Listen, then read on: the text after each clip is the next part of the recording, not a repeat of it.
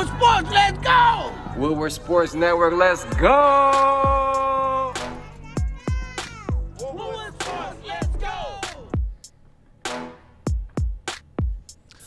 And a happy Friday to you. Welcome to the Woodward Sports Network. My name is Stick. This is the Morning Woodward Show. It is Friday. The sun is shining. It's going to be a good weekend. The Pistons won last night.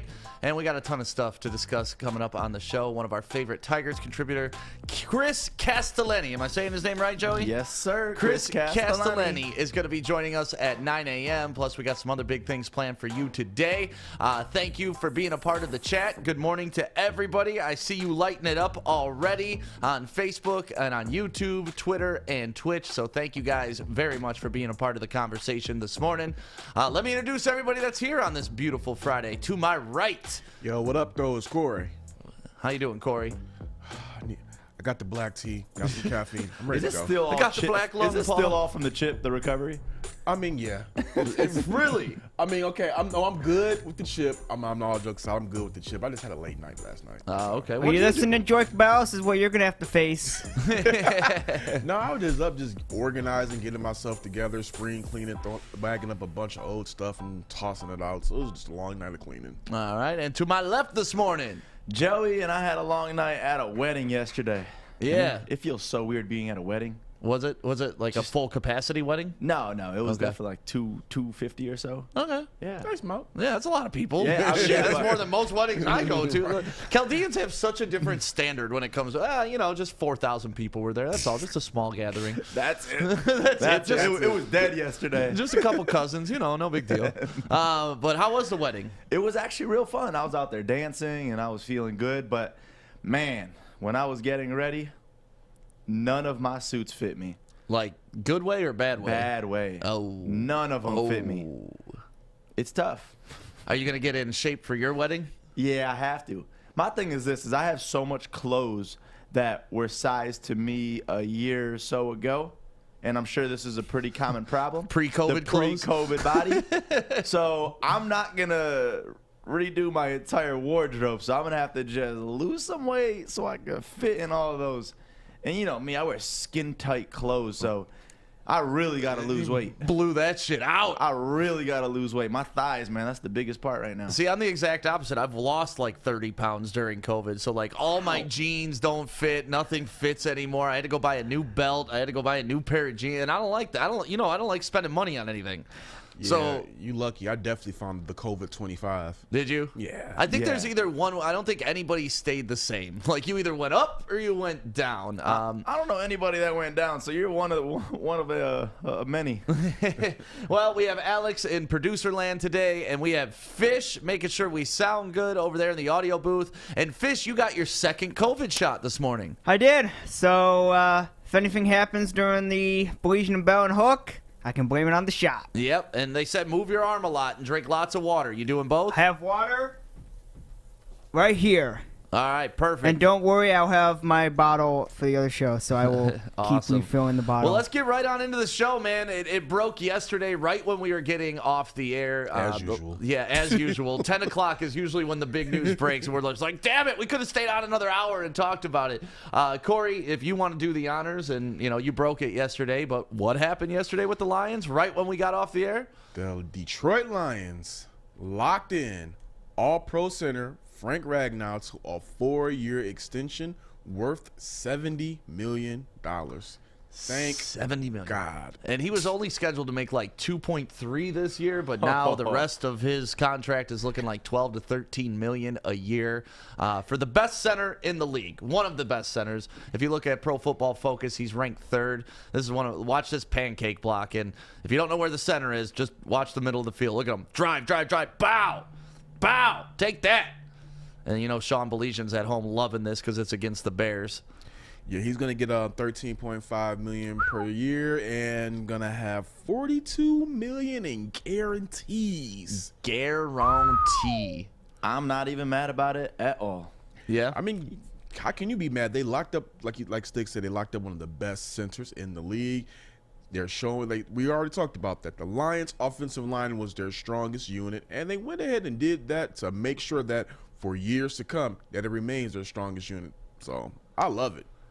Yeah, no, listen, like, if they're going to draft the line and build the line, they got to continue to keep these guys together. Now we got to treat these guys like they're a unit. Like, they're all, Right. it's, you know, it's when Voltron. It's like when Voltron comes together. Yeah. Yes. Throwing it back to Voltron or like Power Rangers, however, whatever era you grew up with, that's what you want. 5 people coming together to create one massive unit, and that's what we have right now in Detroit.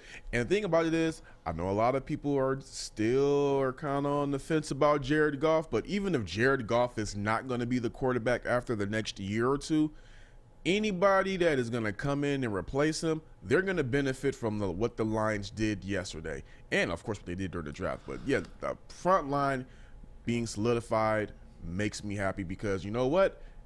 Now the quarterback is going to get protection that you need. He's not going to get his head knocked off like Joe Burrow did last year.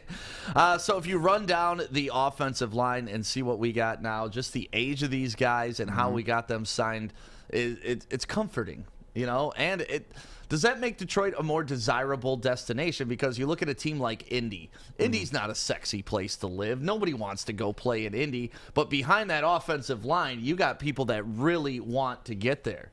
And now you look at, you know, the Detroit Lions. They were 13th ranked at the end of 2021. They're easily going to be a top 10 line this year, right? Hopefully by the end of the year, a top 5 line. But we look at offensive tackle Taylor Decker, 27 years old, signed through 2024. We got Frank Ragnow, 25 years old, signed through 2026. Penei Sewell, 20 years old, signed through 2024, which I'm assuming we're going to pick up that option come the 5th year. And then we got Jonah Jackson, 24, signed through 2023. So when you look at these contracts, you got to feel really good about the core of our team is now being built. You getting goosebumps over there? Just hearing it. My hair stood up. We got a good line for that many years. Yeah, and locked in right now. So, we're feeling good. I'm feeling good as a Lions fan right now because, honestly, we've never been able to post a graphic like that. Never. Ever. Like, I keep going back to this, but since 1991, we really haven't had a intimidating offensive line. We've always tried to reverse engineer football. Like, let's get the skill position, guys, and then we'll address the line. And that's not how it works. Skill position guys can't function if you don't block for them. And that's the whole thing. Team effort, especially, because we look back at previous Lions seasons. There's always that one good star that we got on the line. There's that one good guy we got on the defensive line. Now we at least fully supporting this Jared Goff effort, and that's all that I can ask for.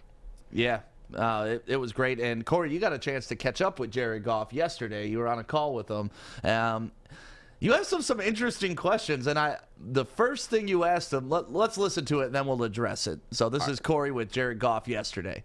The Lions, you know, they went ahead and didn't go ahead and go in the quarterback direction. I know that was a thing that everybody was talking about. Did you have any assurances that they were not going to go in the direction of quarterback this year? Yeah, we had some talks before the draft, and I think it's a nice vote of confidence, obviously, for me. And I think what's not lost on me is that their first move as a staff with Brad and Dan was involved me. So it's exciting and it makes you feel good. And I know a big thing that everybody was talking about was them not going the direction of getting a wide receiver a lot earlier. How did you feel once they went ahead and got Amon Rob? Yeah, really excited for Amon. I was excited when I saw his name come off the board for us. I've seen him just being a fan of the Pac-12. I've seen him over the years play there. I know he went to Mater Dei as well. But just seeing him play over the years, always been a fan of his, and hopefully can get some work soon and really see him in person. So the first question that you asked him, I thought was very interesting and very telling about where this organization is with Jared Goff. The fact that they had conversations about if they were going to draft a quarterback in the first round with him and let him in on those conversations without him already being a staple of the team shows me that they're fully committed to Goff it's clear now, at least for this year, but it may be beyond that. It may be. Now, interesting thing happened yesterday on social media when that, quote came out. A couple people went it, friend of ours, Dave Burgett, saying, "Hey, see, we told you they were investing him," and I guess Dave heard some different a couple of weeks ago. Like, hey, they told Jared Goff that they were possibly would look at a quarterback, but who knows? Regardless, Jared Goff said he was in the know, and I like it. I like the fact that they're committed to him because, again, he's 26 years old. If Jared Goff works out in Detroit, that works. It just does so much wonders for their picks going next year and then the 2 years after that. So I'm hoping that, I don't know what the season is going to look like, but I just hope that he has a pretty good season just so that, we can keep him here and then go ahead and do something else with those other picks. I mean, we have 2 first-round draft picks next year, which we can spend on a quarterback if we see this year that, oh, God, this is not going to work. Like, there's no chance that this 26-year-old quarterback's ever going to get back to the form that he was when he took his former team to the Super Bowl. But we also can hold it in the bag and be like, okay, we got our guy at quarterback. We don't need somebody that's going to be a world beater. We need somebody that's going to control the game and get us to where we need to be. One interesting thing I was listening to, I forget who it was this morning. They were talking about the last 20 years of all the quarterbacks who've won the Super Bowl. Only like 4 of them have been like fringe players. If you go through, I'm talking like the Trent Dilfers of the world, like what's his nuts that was in Philly, Foles, Nick Foles, like that type of character. Outside of that, you're talking Patrick Mahomes, Aaron Rodgers, Drew Brees, Tom Brady, Ben Roethlisberger. Like those are the names. So you do need that quarterback to kind of push you over the edge. And I think Jared Goff is like a tweener right now. He's not Drew Brees. He's not Aaron Rodgers. He's not Ben Roethlisberger. But he's not Nick Foles either. Yeah, he's the kind of. I think what Jared Goff is just a guy who can at least get you there. He's proven that. If he's have a good team around him, he can get you there. Whether he can go ahead and get the W remains to be seen. But he's proven that I've taken a team to a Super Bowl, and he had pretty damn. He was a Pro Bowler the year he took them. So it's like, I don't know why people acting like the Lions got Mitchell Trubisky. Well, and the argument I always hear is, well, the defense that they had there. Like, listen, go back, look at the stats. The team Jared Goff took to the Super Bowl was 15th ranked on defense. Wow. 15th. So it's not like he needed a top 5 defense to get there. That's not what they rode to the Super Bowl. They rode it through Sean McVay's new offense and the new scheme, and maybe that's kind of played itself out over the past couple years because, defensive players get paid too. Yeah. But at the same time, how can you deny what the hell happened? Like, it just blows my mind that people just want to throw away a Super Bowl appearance like it's nothing. This is what he did that year they went to the Super Bowl. That season. 4,688 passing yards, 32 touchdowns to 12 interceptions, had a 101 quarterback rating that year. That's not a bad QB. No. I mean, like, what are people... We got that back for Stafford for the next 2 years? Right. Thanks. And when you break it down to the play action pass, we showed that stat a couple, last week. He's number 1 across the board on every stat when it comes to play action. So now that we've re-signed Ragnow, now that we have Decker locked up, now that we got Sewell locked up, I mean, Jackson's locked up too. He's got to feel good. Like, Jared Goff has to feel welcome right now in Detroit. The fact that management had the discussion about a quarterback before the draft, the fact that they just re-upped their Pro Bowl center, then they drafted a generational talent, we're hoping, in Sewell. If I'm Goff, I'm feeling good. Plus, I get, to go home to my girlfriend. Oh, I mean, that's the gift that keeps on giving. Yeah. But I mean, think about that. You take a team to Super Bowl, and they push you out the back door for a guy who hasn't won dick. And then now your new home is, hey, you know what? We know they didn't appreciate you in Hollywood, but you know what? Now you're in Motown, and we're going to do everything we can for at least the next 2 years to make sure that you have a successful career. What more can you ask for? I mean, in my lifetime, there's never been a quarterback that we've had that has been to the Super Bowl like that. So that alone right there is something that's got to be exciting for all Lions fans. And then the support for Jared Goff, you see, like Stick just mentioned, all of that is just showing that we're on the right path. Does that mean we're going to get there this year? Probably not, but it's at least getting that one step closer to it.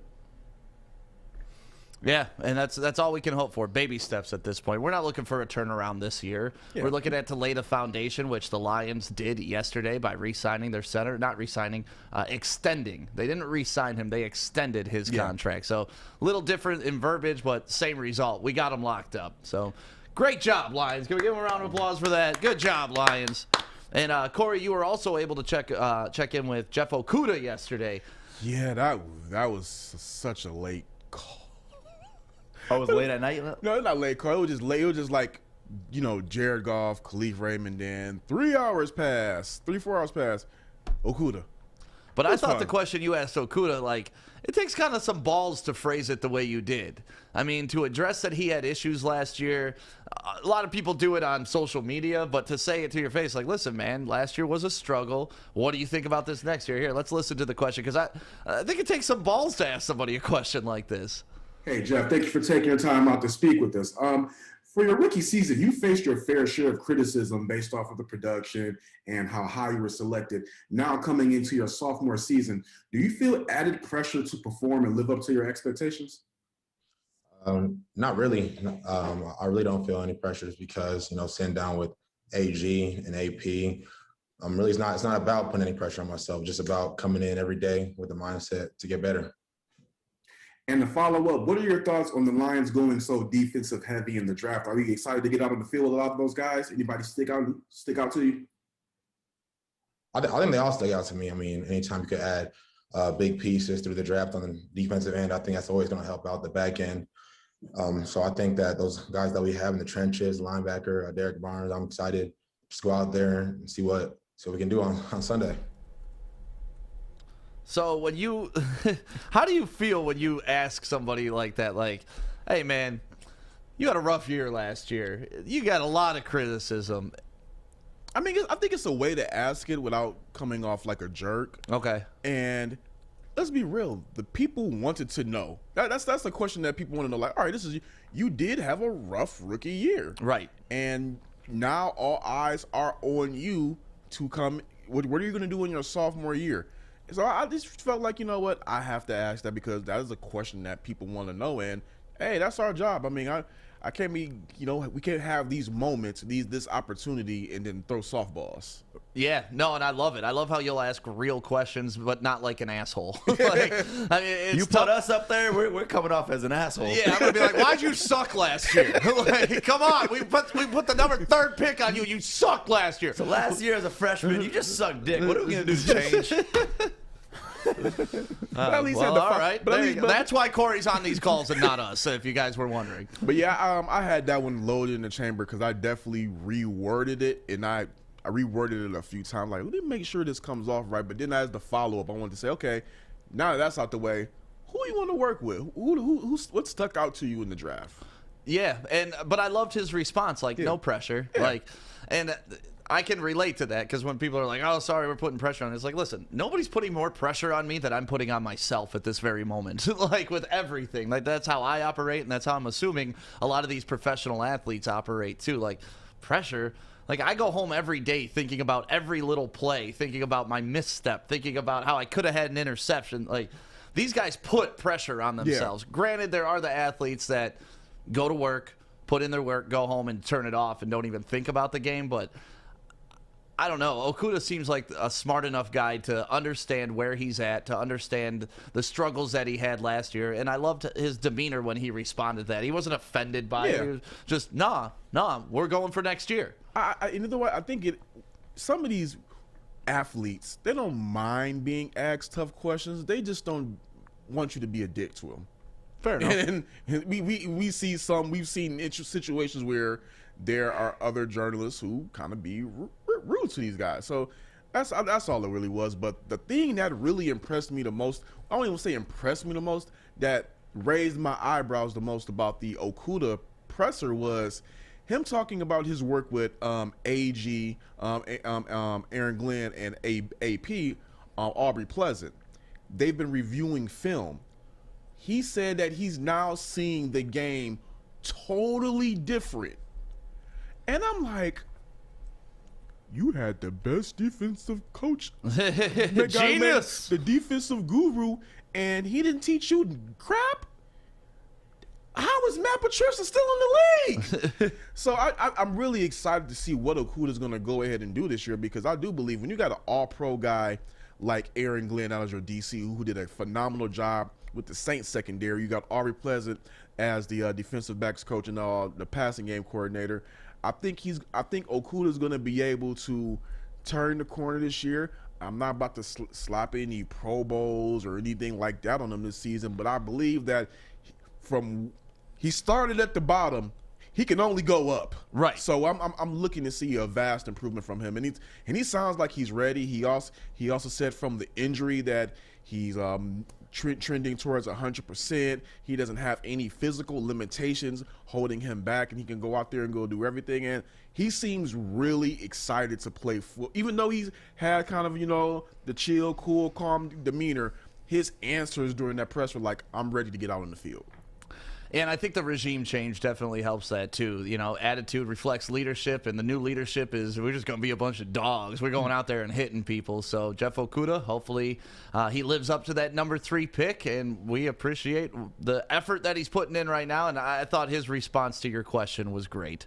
Good job on that, Corey. Yeah. You know what else is great, Joey? Yeah, I know something a little bit greater than that, Corey. I'm sorry. But you get to be a part of this because we are all going next month to Petoskey, Michigan, going to stay at a beautiful Sun RV Resort. And they have over 160 across the U.S. and across Canada. So I want you to check it out for yourself right now. I mean, summer's right around the corner. So you got to book that summer vacation right now at sunrvresorts.com. And I'm so excited to be going out here camping with my boys, Stick and Corey. Yeah. So sunrvresorts.com. Woody's coming too. Hell yeah, Woody's coming. Yeah. I can't leave him alone for the weekend, man. We're going to have a dog out there. Heck yeah, sunrvresorts.com.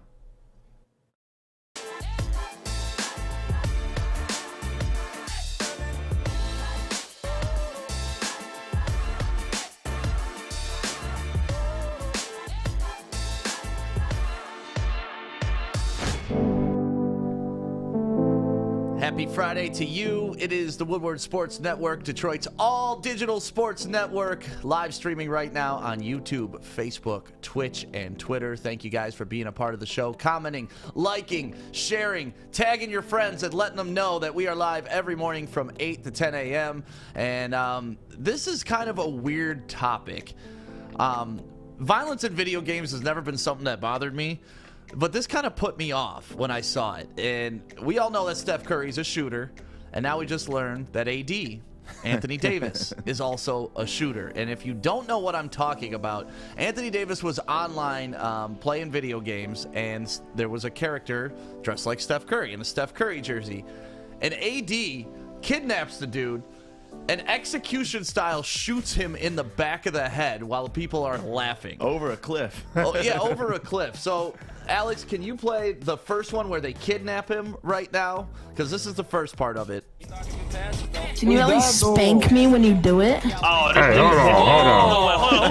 Who said that, bro? I ain't gonna lie to you. Who said that, bro? This asshole.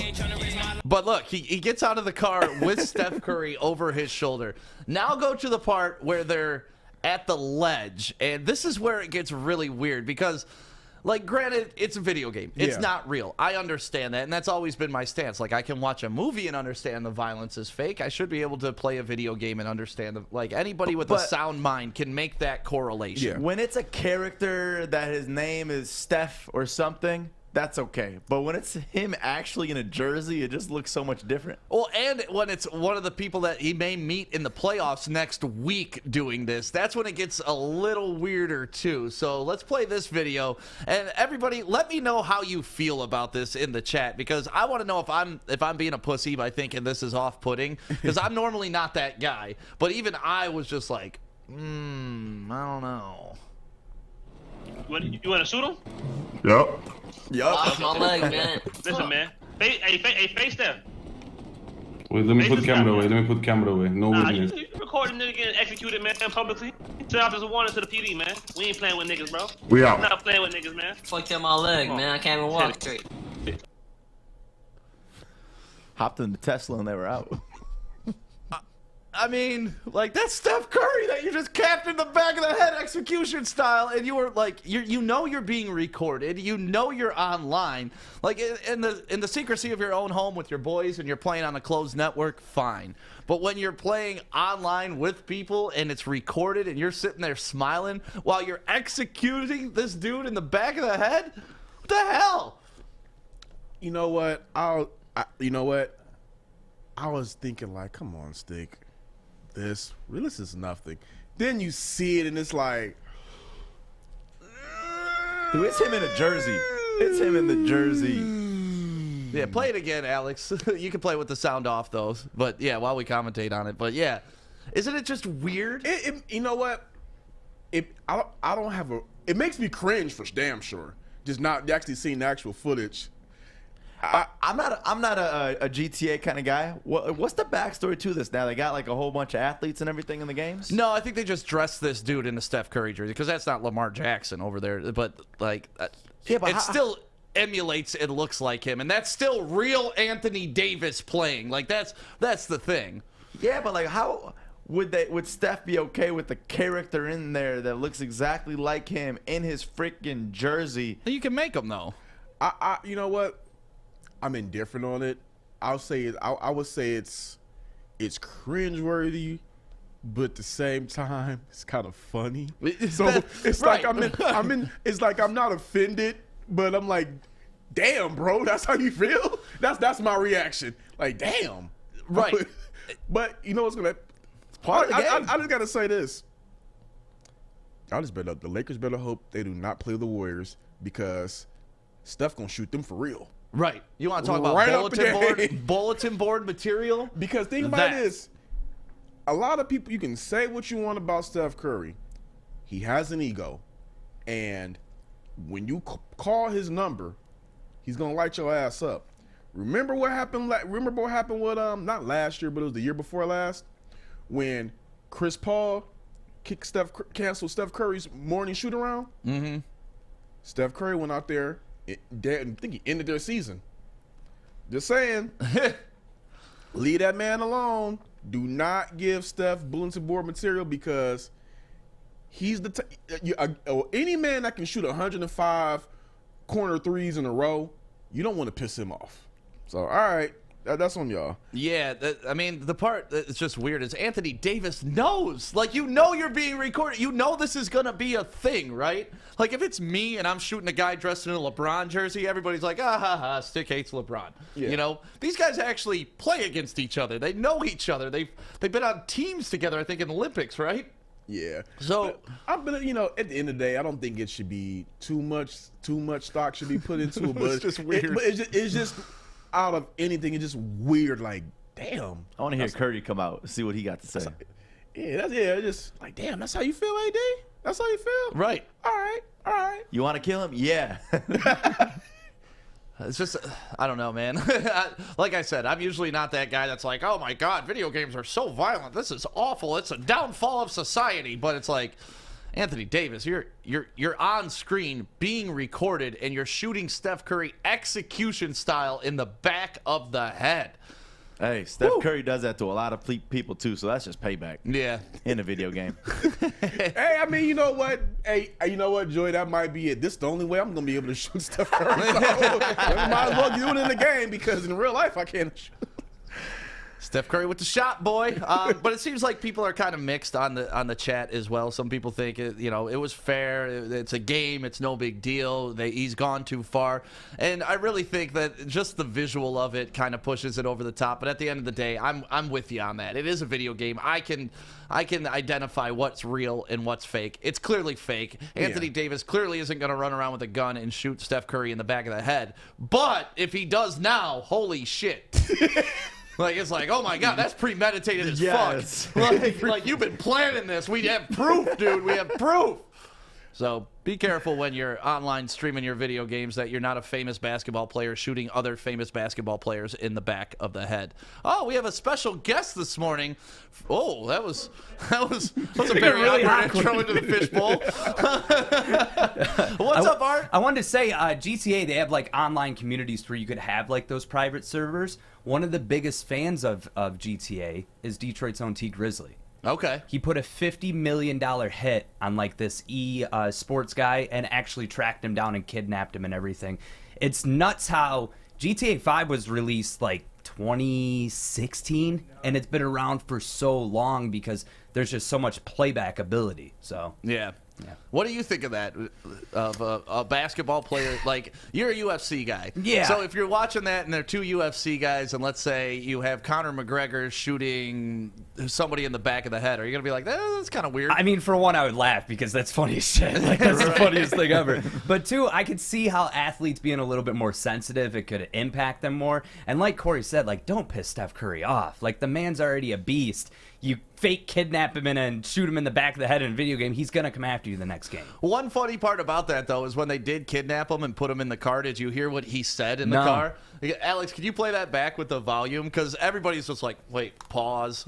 Like, play that back with the volume, Alex. Can you at least spank me when you do it? Hey, hold on. Who said that, bro? Who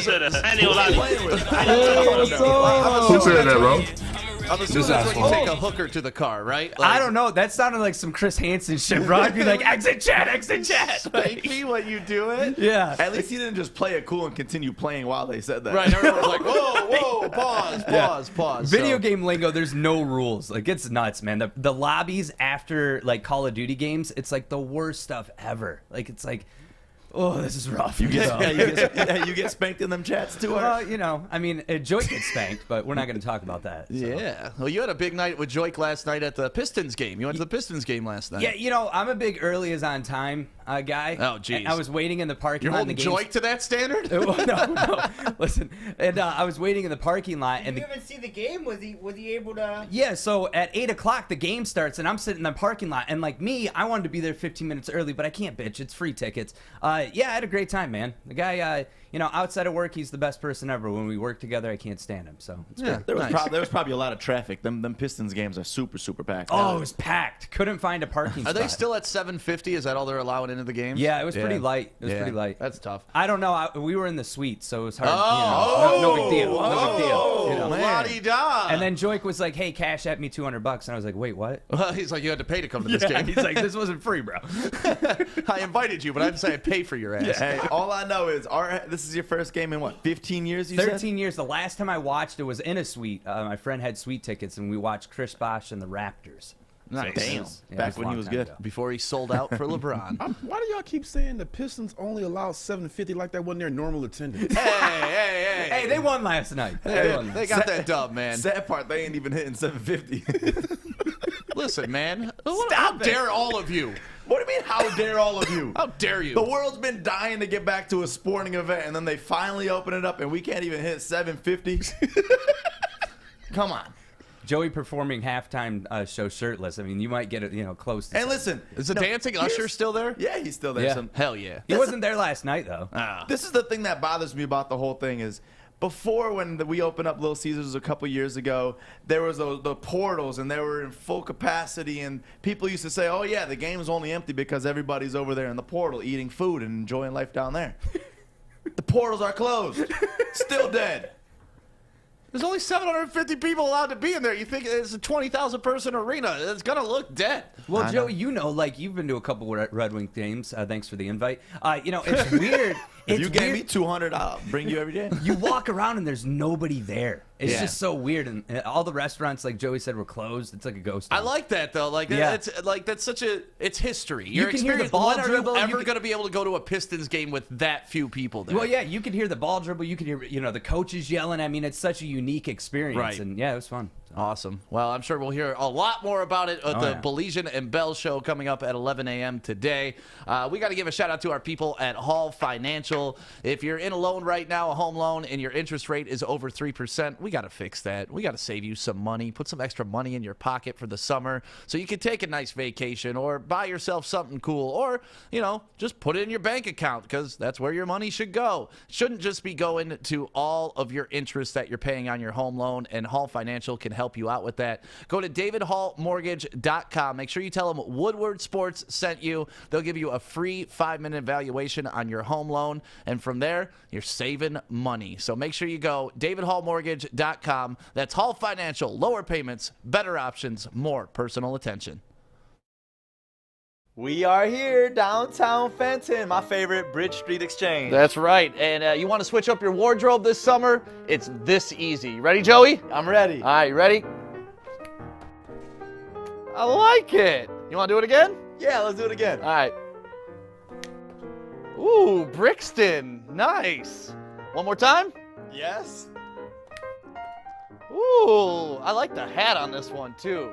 You ready to do it one more time, Joey? I'm getting tired. One last one. All right, let's change it. Bro, where's your shirt? You need new clothes this summer. Bridge Street Exchange in Fenton. That's where you need to go. Thank you, guys. Good morning, everyone. Extra, extra, read all about it. Let's get into Joey's news. Let's go. It is crazy that this dude's still playing baseball, but in his last year of a decade-long contract, the Angels are parting ways with Albert Pujols, who has no intention of retiring, even at the age of 41. And this just shows it right here. What's the show? You'll see the slowest runner in MLB right there. Yeah, you got them Sean Casey wheels. You guys remember Sean Casey? Whew. Slowest dude ever for the plate for the Tigers. Slower than that? Yeah. Oh, God. Sean Casey, he would hit a gap shot and get a single out of it. Oh, man. You said he doesn't plan to retire? Hell he doesn't. No. Oh, man. I wish Alex 1.0 were here because me and him have a joke about Ric Flair. This is Ric Flair. He goes, I will never retire. It fits so well right here. Doesn't Pujols have like 10 years left on his contract, too? That was the last year of his decade-long contract. But it was a decade-long contract. Jeez. Damn, and you were talking about Miggy hitting close to Miggy trying to get to what, the 500? 500, yep. Shoot, this guy not too far away from 7. He has 667 right now. I don't think he's gonna hit it, but I mean, the dude's been in the MLB for 30 years. Pujols is the man. You cannot disrespect that guy. He used to be known as the machine. Like that's how great of a hitter he was. It is crazy. He has been in there since 01. Yeah, 01. 20 years, man. 20 years in Major League Baseball. That's awesome. See, that's the thing, though. It's like a hell of a season, but now you see it winding down. Right. And that's the time where it's kind of tough to watch it. It's it's that old Batman saying, you either die the hero or you live long enough to become the villain, and that's what happens to these guys. Like you either die going out on top as one of the greatest hitters, like Miggy. Miggy is a triple crown winner, first time like since the '60s when he won it. One of the greatest hitters of all time, and local media now is dogging him because he's not putting up the numbers that he used to. But it's like, you got to understand, people get older. Like, that's just what happens. And now all of a sudden it's, get him out of here. We don't like him anymore. And it's like, no, man, like, come on, man. Show some respect for what this guy has done for the city. Yes, he's not delivering right now, but, he was our hero. He still is a hero. See, but that's the thing about sports. It doesn't matter about what you did even last season. What are you giving me now? What have you done for me lately? I ain't that type of fan, man. See, you're a loyal fan, but think about the next generation. There's a kid that's just starting to watch baseball, and they're starting to see Pujols and Miggy like this. Yeah, they're seeing Miggy batting 098, and they're like, oh, this guy was great once upon a time. It's like, yes, he was the greatest hitter ever, I promise you. I'm not joking. This reminds me of Mike Tyson. Yeah. Like, kids haven't seen him fight ever. Right. And then all of a sudden, everybody talking about this fight of Mike Tyson, and then he goes out there. They're probably looking like, that's your GOAT? This is the GOAT you keep talking about, Stick? Yeah, like from the movie. You guys ever seen the movie Troy? Like, this is your king? This is your king? And he's about to kill him. Like, this is what you left me for? That's where we're at right now. Shohei Ohtani someone that we are Cheat going to code. call the king, because home run number 10 on the season, not showing any signs of slowing down. Hell of a season. This guy's just like, when he hits the bat, like yesterday when we watched how he hit it and then thought it was a home run, but it wasn't a home run. This guy, when the ball comes off of that bat, you just know from the sound of it, that ball is gone. Dude, he's phenomenal to Hip, watch. hip, show he. But just think, in 10 years, people are going to be clowning this guy, saying, "Oh, Ohtani sucks, dude. The guy can't even hit. Why is he still in the league?" And we're Get him sitting out of here, here. right? We're sitting here calling him the human cheat code. Another former Piston balling lights out, and this honestly hurts so much to watch because the Pistons are not doing so well this season. Kentavious Caldwell Pope. Oh, I thought you were going to say Drummond. We knew that wasn't going to happen. Like, look at this dude. Yeah, KCP has game. I mean, Yeah, he's been playing actually pretty well. You know what? That's the one guy who left here. I was not mad that he left. Only reason I was mad about how KCP left, because I'm like, they should have gotten rid of him a year earlier instead of letting him walk away for nothing. Right. That was the only thing I was mad about, because he wasn't going to be here. Right. So, but whatever. Looks like Adam does not like KCP.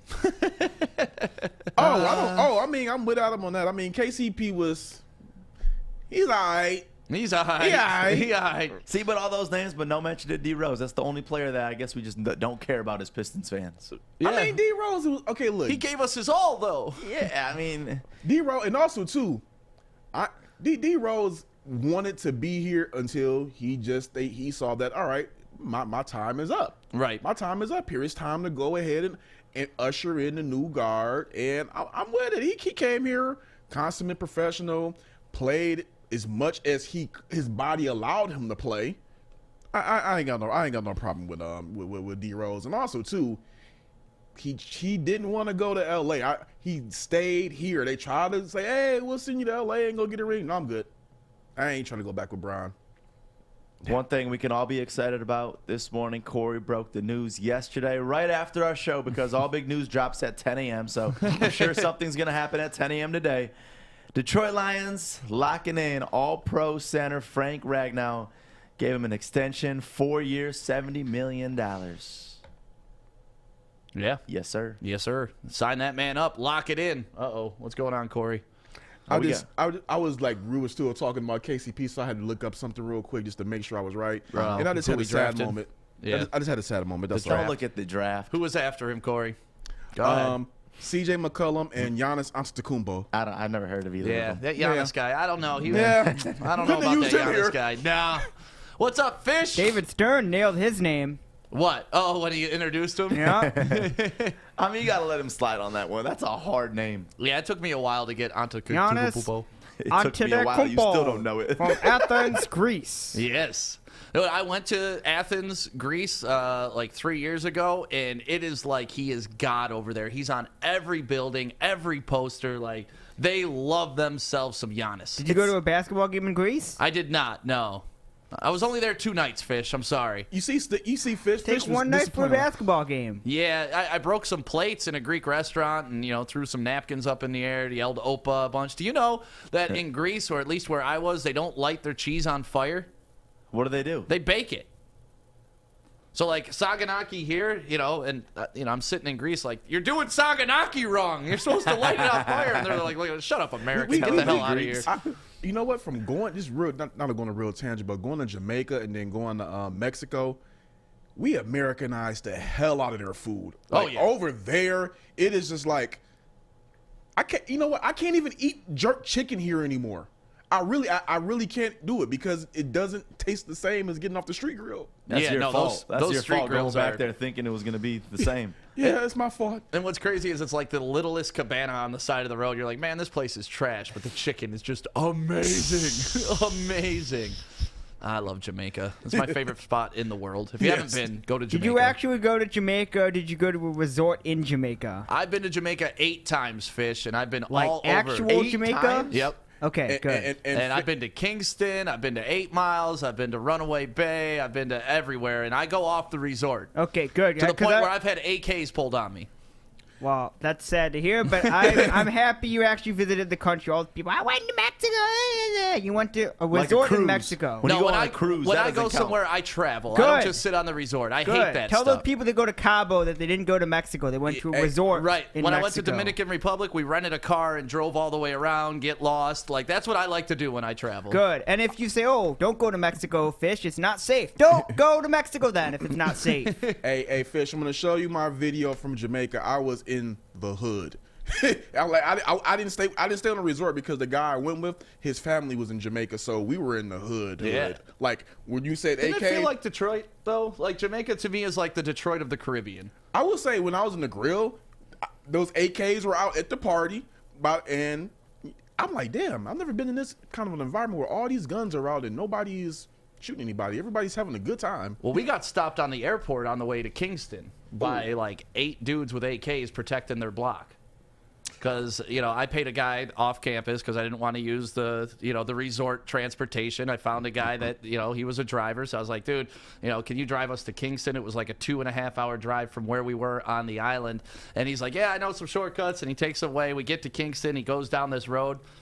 8 dudes. Just stand in front of the car, AK's drawn, asking him what he's doing there and all that shit. And, they're yelling at each other, and he's just telling them, I'm taking these people to the airport. They're good people, no drama. And I guess what's been happening there is there was some gang wars in Kingston where these guys were just protecting their block from strange cars coming down because people have been doing drive-bys and shit.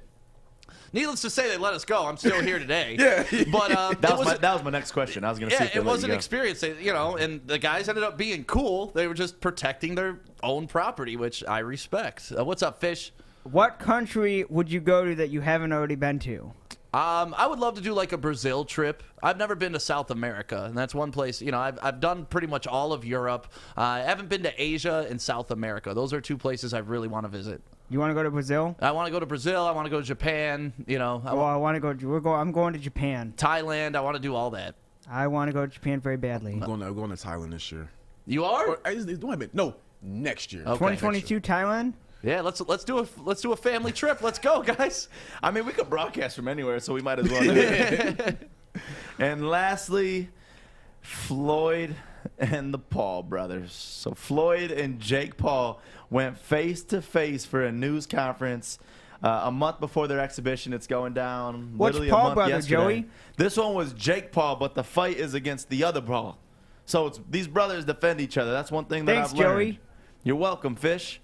And look what he does right here. Gets face and face. So that's not the one. That's not the Paul he's fighting, though, right? No, he's that's fighting his brother. That's his brother. Man, there's 2 of these little bitches. Oh yes, there is. Yeah, he's facing the skinnier Logan. Logan. I saw that clip. I'm gonna be honest. Vince McMahon could have done a better job of writing that script. That was the most staged thing in the world. Like that was just. Can we talk about Floyd's hair though? Let me see. I didn't look at it. Yeah, can you play that video back real quick, Alex, and then pause it when he rips the hat off? Because, I mean, Floyd's Money Mayweather, right? So you expect him to be crispy as Corey is seeing Moose all the time, right? He's got to have a barber on deck. Look at this. Like, dude looks like he's just ragged. I didn't expect that out of Floyd Mayweather. Floyd, you know what? He's probably just, like, hey, I'm out the scene, getting money, whatever. Right. But, damn, Jake. You know what? Did you see what Jake did afterward? He got a tattoo on his thigh. Got your hat. You're kidding me. No, dead serious. Yeah, I tweeted this out yesterday. If snatching people's hats becomes like a trend and a cool thing to do and a hashtag got your hat, you're going to get punched in the face if you try to steal my Tiger hat. Here. There's nothing that pisses me off more than someone taking my hat. Oh, remember girls in the clubs all the time? Just your sweaty ass hat. Let me get your hat. And then they wear it around the club. And like, see, for me, it was my bald spot. I used to get pissed because I used to cover up my bald spot with my hat. And then they would take my hat off. Ooh, I would freak out like, hey. I would be confused on why do you want my sweaty ass hat? Like, especially so bad. You wear the same damn hat for 17 years You're straight. damn right I did. What was the got your hat? Got your hat. That was... he already has hats that say "Got your hat" on it too. Now I know we had the discussion about whether the Paul brothers saved boxing, but remember, you know why this is gonna get some money? They want to see him get his ass kicked. Yep. That's okay. He's creating a character. He's a villain. That's okay. They want to see him get his ass kicked, so I ain't paying to see it, but if anybody you guys pay it, hey, I'll come over and mooch. Floyd came out. He says, I don't have to talk about what I'm going to do. The world knows what I'm going to do. I'm willing to fight both in the same night. He just wants both of the brothers. You know what? I am putting money on the Paul brother, though. Really? To beat Floyd? Yeah, you know why? Because this is scripted. This is so scripted. This is so Anytime the word scripted. exhibition is in it. This is so scripted. I'm not going to put like any like big money. Like Coming I'm from going the to throw WWE. 100 on them. It's coming from the dude wearing a Macho Man shirt, bitching about this shit being scripted. Hey, but I know that WWE is scripted. That's why I said it. Right. Man could have wrote a better script than this. And Corey's giving his whole bank account to watch WWE. Yeah, I know. At least I know I'm watching something scripted. This right here is supposed to be like I'm a hard ass, right? Yeah, right. No, I feel you on that. This whole thing, it's crazy how big these two brothers. Like obviously in the YouTube world they were big, but now they're freaking taking over the sports world. Done a good job, man. Whether you like them or not, they're doing what they designed and set out to do. So I get money. Yep, I respect it, but I also hate it at the same time. Hey, Ken, like I said, I may not like it, but I can't knock the hustle. If you can get people to pay you watch you box and you're not really that good, hey, more power to you. Right. I don't want you to waste your money watching that garbage. I want you to save your money and take advantage of the Bridge Street Exchange discounts. I'm talking 15% off your entire order. It's not just one item. I hate those coupons. Entire order 15% off by using the code word WSN at bridgestreetexchange.com. So take advantage of that today, right now. Go there, check them out online. Or if you want to head to downtown Fenton, they got so much Carhartt gear. They got them Hey Dude shoes that are going crazy right now. You can't even find them out at any other regular store you check out, but they got them in stock. So go shop for yourself today, bridgestreetexchange.com. I'm looking to bring on another HVAC tech right now. We are recruiting 5 to 10 techs a month. We're looking to grow and expand. Every new tech we hire is from Northwestern Tech. The hands-on training is fantastic. They're always my first call. We love hiring Northwestern Tech grads. They come out trained and ready to work. Our program is only 10.5 months, and our next classes are starting soon. So why wait? I'm looking to hire a graduate of Northwestern Tech. Northwestern Tech. Northwestern Tech. Northwestern Tech.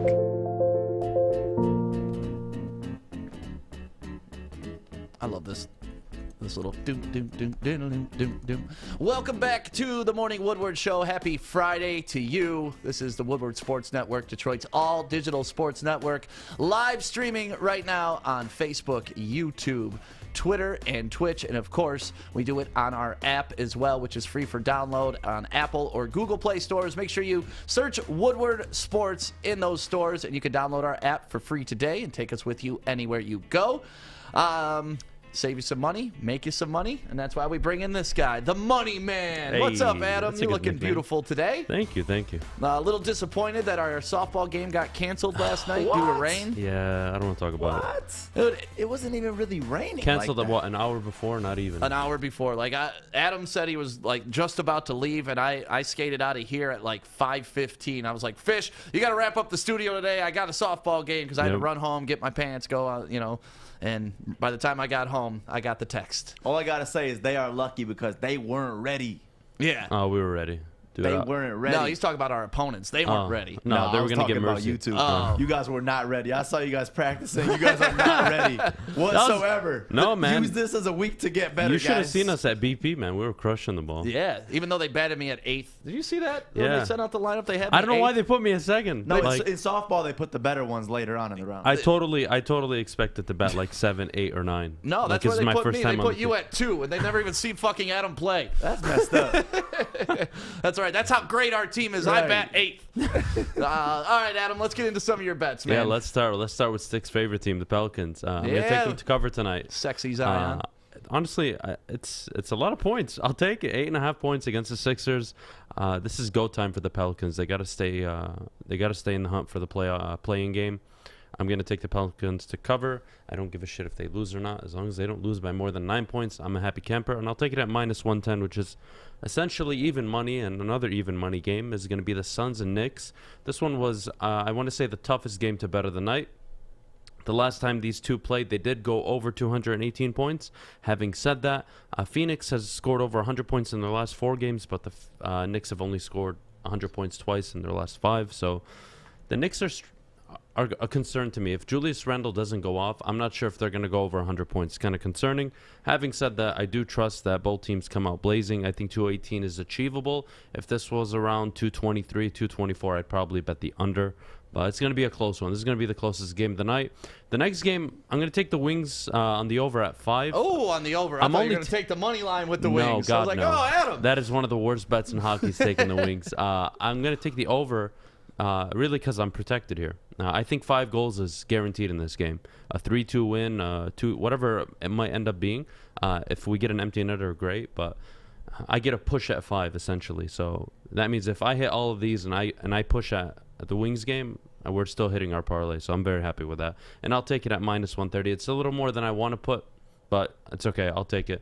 I'll do over 5.5 goals between the Ducks and the Wild. The Wild have never disappointed me when it comes to betting the over in hockey.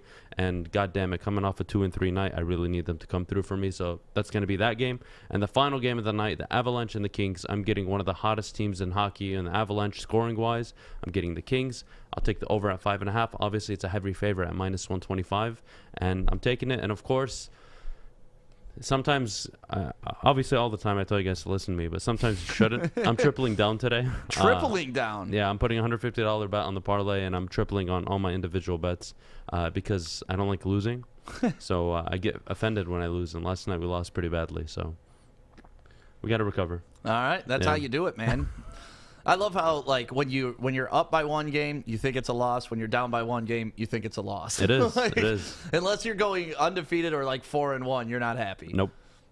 So yeah, you're gonna double down, triple down on Triple today's down. game. Yeah. We're 50 yesterday, so today 150, and then it'll be tripled on all the individual bets as well. Nice. So let's run through them one more time pretty quickly here, all the way down the board. This is what we're looking at. Go ahead. Pelicans to cover 8.5 points. I think that's a fair bet. Yeah. We'll take the Suns and Knicks over 218. I'll take the Wings over 5, and honestly, I'm covered by the push. So if they do score 5 goals, it's not gonna fuck our parlay up. It'll just void, and we'll win the remainders. I'll go with the over 5.5 in the remaining 2 hockey games between the Ducks and Wild, and the Avalanche and Kings. I get 2 very, very high-scoring teams in those games.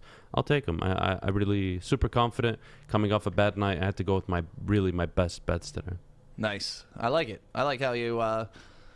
I like how when you get punched, you're just like, all right, I'm going to punch you back harder. Yeah. Like, that's how you got to do it when that's you're gambling. That's how you have to react, man. You can't just sit there and mope and complain. Oh, shit, I went 2-3. Ah, fuck it. I got 2 sayings, man. You can't go broke taking profits, and scared money don't make money. Damn right, baby. So Adam got that scared money. Damn right. He's going all in on those bets, and you can as well. Just go to mybookie.com, and we got a new promo code for you to enter. Enter promo code Woodward10, and we're just going to give you a free $10. Like, when we were doing match your first deposit, you had to put in at least $50. This one, it's just a free $10 for you, just to create your own account. So go to mybookie.com, enter promo code Woodward10, and you can create your account for free, have a free $10, break it up, put it on all the games that Adam suggested. Maybe you want to throw it on a parlay and see if you can cash in real big on that, but the only way to do it is at mybookie.com. And while you're there, do what I do, stop by and play some blackjack, because I love the blackjack that they have on there. And they also got tournaments to where you can win up near $50,000 if you win your blackjack tournament. So mybookie.com, hit it up, but make sure you use promo code Woodward10. Hi, I'm David Hall from Hall Financial. And at Hall Financial, we treat our clients like family. And our #1 priority is giving each of our clients 5-star service. Our passion for 5-star service, combined with our expertise, allows us to find the best possible solution for refinancing your home loan. We take the time to focus on both the individual and the numbers. We're going to walk you through the process and close your loan in half the time of our competition. Go to davidhallmortgage.com today. Welcome back. It is the Morning Woodward Show, live on the Woodward Sports Network, Detroit's all-digital sports network. Thank you guys for waking up and being a part of the show, dropping comments, subscribing on YouTube. We're about to pass a milestone on YouTube, so if you're watching on another platform, hop over to YouTube real quick and give us a subscribe. And thank you to everybody who's downloaded the app. What's up, Fishy? The ad just ran across the screen again. I know what you're going to be watching at 10 o'clock. What? The College Beach Volleyball Championships. Oh, yeah. Nothing like college girls playing beach volleyball. And you like it for the volleyball, right? Oh, yeah. No, it's all about the bump, set, and spike. It has nothing to do with anything besides that, Fish. I don't know what you're implying, and I'm actually offended. I'm okay. not. Well, it's not something I'm implying, something that everyone else over here has implied. So. No, listen, beach volleyball, I like the uniforms that Do the you ladies watch wear. the men? Are you going to watch the men's beach volleyball? Yeah, I watch the men, too. What's your boy's name again? Dahlhauser. Yep. Dahlhauser's the dude. Have you ever seen him? Uh-huh. He's like 7 foot tall, bald-headed dude. We got the Olympics this July. Are you ready? Yes. I love Out the in Olympics. Tokyo, you're going to have to get waking up early. That's all right. When it was in China, I was waking up at like 3 a.m. to watch USA basketball. I do it all the time, so I have no problem doing that. But yeah. What time is it right now in New Zealand, Fish? It is 1 a.m. 1 a.m. All right. Thanks, Fish. So we have a special guest about to join us. His name is Chris Castellani. We're going to talk about Tigers baseball since he's our Tigers expert. He's about to connect in a little bit. But before we do that, I wanted to show you the lineup card for last night that we were talking about with Adam. And look, this isn't disrespectful by any stretch of the imagination, but they put Adam second. This is your lineup. Yeah, look, they got me batting 8. What the hell? Damn. No, but that's a hell of a lineup. That Harrison kid is good. Adam's good. Broder is amazing. Brad's good. Pat's good. Seth's good. Paul's good. I'm good. Johnny's good. Jared's good. And Billy is underrated. Billy made the lineup, and he put himself at 11. I think he's underdoing it with him. Stick, can you walk us through that lineup like a baseball analyst would? Just who's starting and all that? Yeah, and then go through it. Oh, this guy's batting 300. He's looking very well. Number 4, Jake Daniels is doing pretty well as well. He batted 300 last year throughout the season. Batting 5th, Jack Daniels coming off an injury. Jack Daniels? I love how that's the name you pulled out of your head, man. Just any names. Any names. We could do that a little bit. I'll do the top 4. How's that? All right? Okay. Starting at second base, batting leadoff. His name is Harrison. He's got an arm and a mouth on him. He will be batting first. Batting number 2, the Lebanese Dream, playing shortstop. So far batting on the season 0-0-0 because he has no at-bats, but that's okay. We'll get him some this game. Starting in left field with a fucking cannon of an arm. His name is Matt Broder. Used to play at University of Michigan. Now he graces the Space Dogs lineup, batting 3. And clean up the switch. He played baseball there? Yeah. Bro, so you got a stack squad. We're good. That's like me when I go pick up basketball. I try and find the best players that I could possibly find so I look good. And then number 4, don't think just because he's a righty that he can't go opposite field because Brad can place the ball anywhere you want. We bring him in here on Monday with the Detroit Dolls. It's Brad going in at number 4. So he's on your team? Yeah. Okay. That's how I know that. Well, we met them doing the Detroit Dolls on my old night show for the radio station I work for here in town. And then they asked me to sub one day 2 years ago, and I became a part of the team because they were impressed with my skills, Fish. When's your next game? Is it next week? Next week, next Thursday. So sad that it got busted. But yeah, we got to talk a little bit about the Tigers. I mean, this season, it's just funny because last time we had Chris on, it was like, the Tigers are 6-6. This is amazing. Like, what do you think about this? Akil Baddoo, is he going to be the next great player? Is he going to hit for the Triple Crown? And here we are. The Tigers are sitting, what are they, 9-20-something at this point. They've only won like 3 of their past 25 games. Yeah, we're at a 9-23. Yep, 9-23. Not where we wanted to be after being 6-6, but that is okay. You got him on the line, Alex? Just a camera issue. So he's having camera issues right now. Connect right now. Well, okay. Well, we can wait for him, or we could talk about DK Metcalf. You guys want to talk about DK Metcalf? Yeah, actually, yes. I did. You know what? Besides DK, since we're on baseball, something came up. I'm gonna try to send it to Alex real quick. Somebody did a mock-up where. You know how we've been talking about whether Kobe Bryant should be the logo or everything like that? They did a mock-up where Ken Griffey Jr. would be the MLB logo. Oh, I'd love that. And I was like, damn.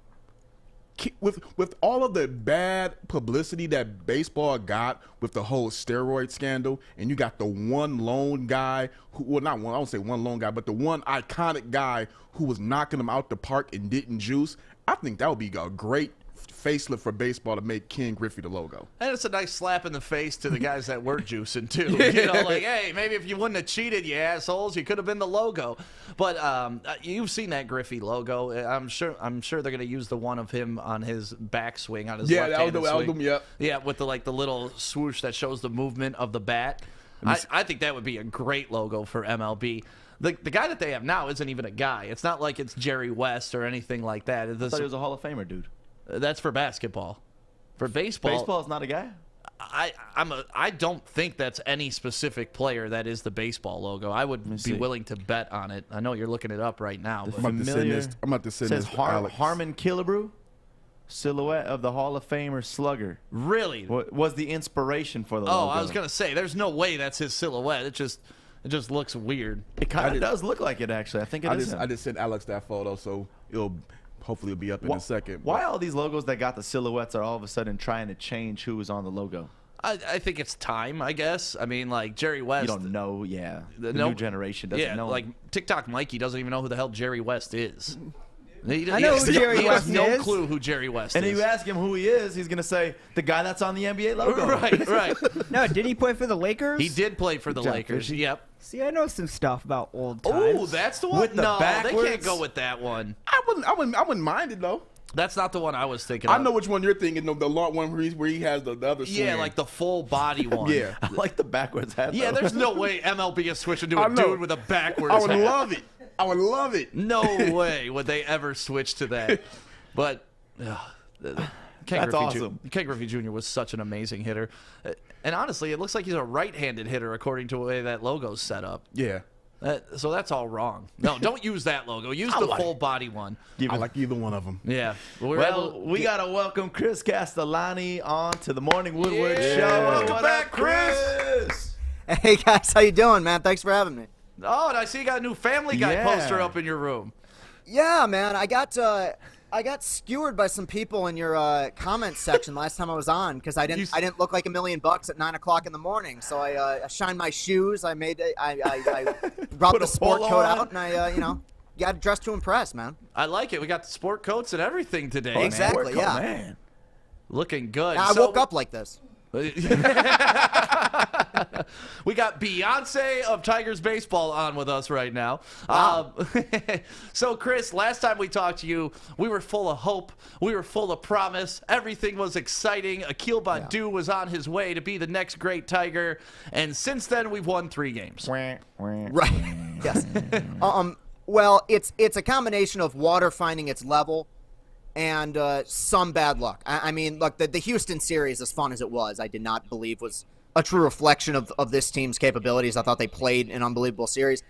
Look, what it comes down to is that the flaws that were apparent coming into this season have come out in full force over the last several series. I mean, it's a poorly put together offense. It's a poorly constructed offense. Your best hitter is Jeimer Candelario, whose OPS is solid at like 769 or something, but that's still slightly above average. The starting pitching, for the most part, has been fine, though Turnbull and Falmer in the series against the Red Sox did not look good. But Boyd's been good. Mize, I thought, had a great start in Boston. And really, I think one of the biggest problems is that the bullpen just has not held up at all. And this was a bullpen that was not good a year ago, but I felt like showed enough promise, at least, to make you think, all right, well, they got Soto and Garcia and Farmer, and some of these guys have been okay. Like, Soto's been okay. But a lot of these guys have struggled a lot. And it seems like every time one issue is fixed, another one arises. If the pitching is great, then all of a sudden they're getting shut out 2-0. If the hitting is great, then they're giving up 12 runs. There's just it's a lack of consistency that I think is going to stick with this team, sadly, for the rest of the season. Yeah, and going into the season, our bullpen was kind of supposed to be our strength just because we have so many weaknesses. And, that's been the Tigers' Achilles heel for what? The past 16 to 20 years is our bullpen? I was going to say three decades. Yeah, around there. Yeah. Someone's commenting right now, Chris, saying, what's wrong with this dude? Why is he drinking out of a glass cup and not a Fiji water bottle? They're ripping on you. I'm just I used tap water this morning, so sorry. Ooh la la. Yeah, exactly. I know. High class here, man.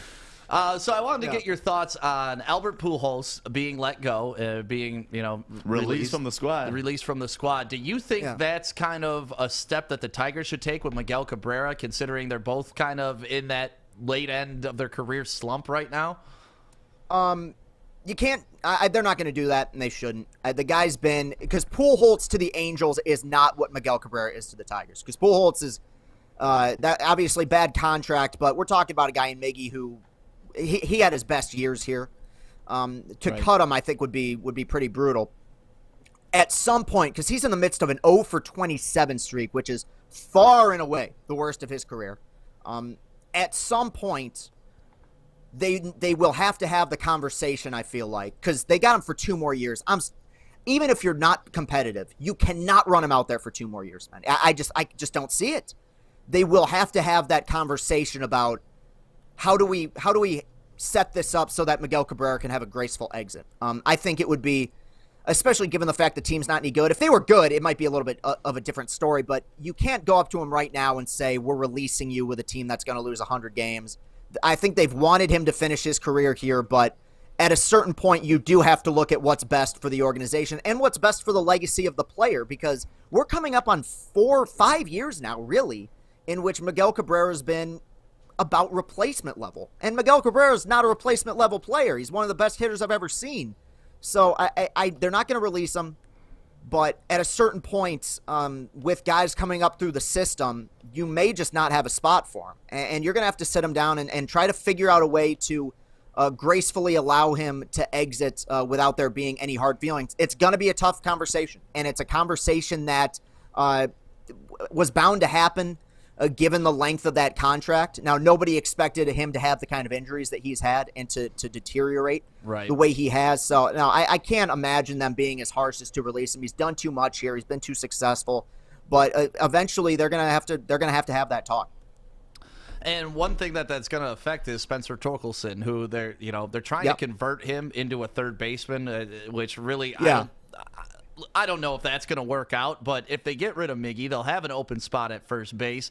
Do you think they should stop trying to breed Torkelson as a third baseman and just get him prepared to be our future first baseman and focus on hitting?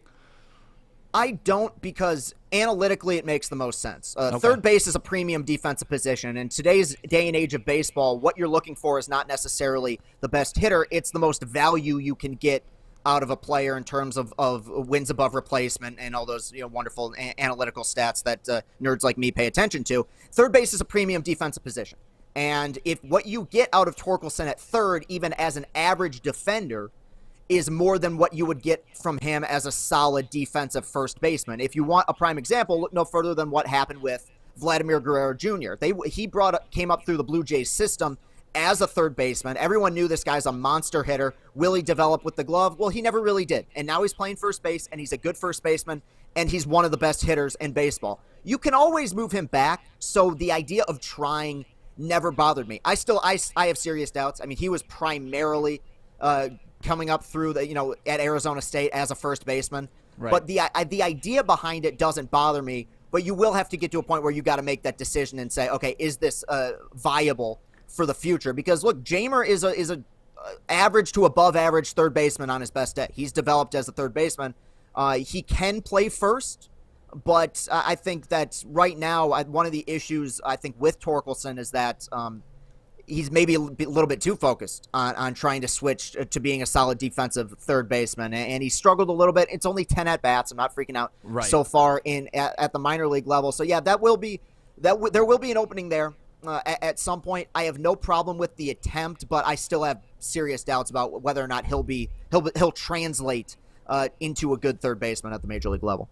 Yeah, another young guy that we got in the system, because obviously that's what we need to focus on right now is who's in our system. Right. Can't really focus on who's on the field right now because I don't believe they're going to be playing for us in 2 to 3 years. There may be a couple pieces left over, but the rebuild on the rebuild has begun. Riley Green.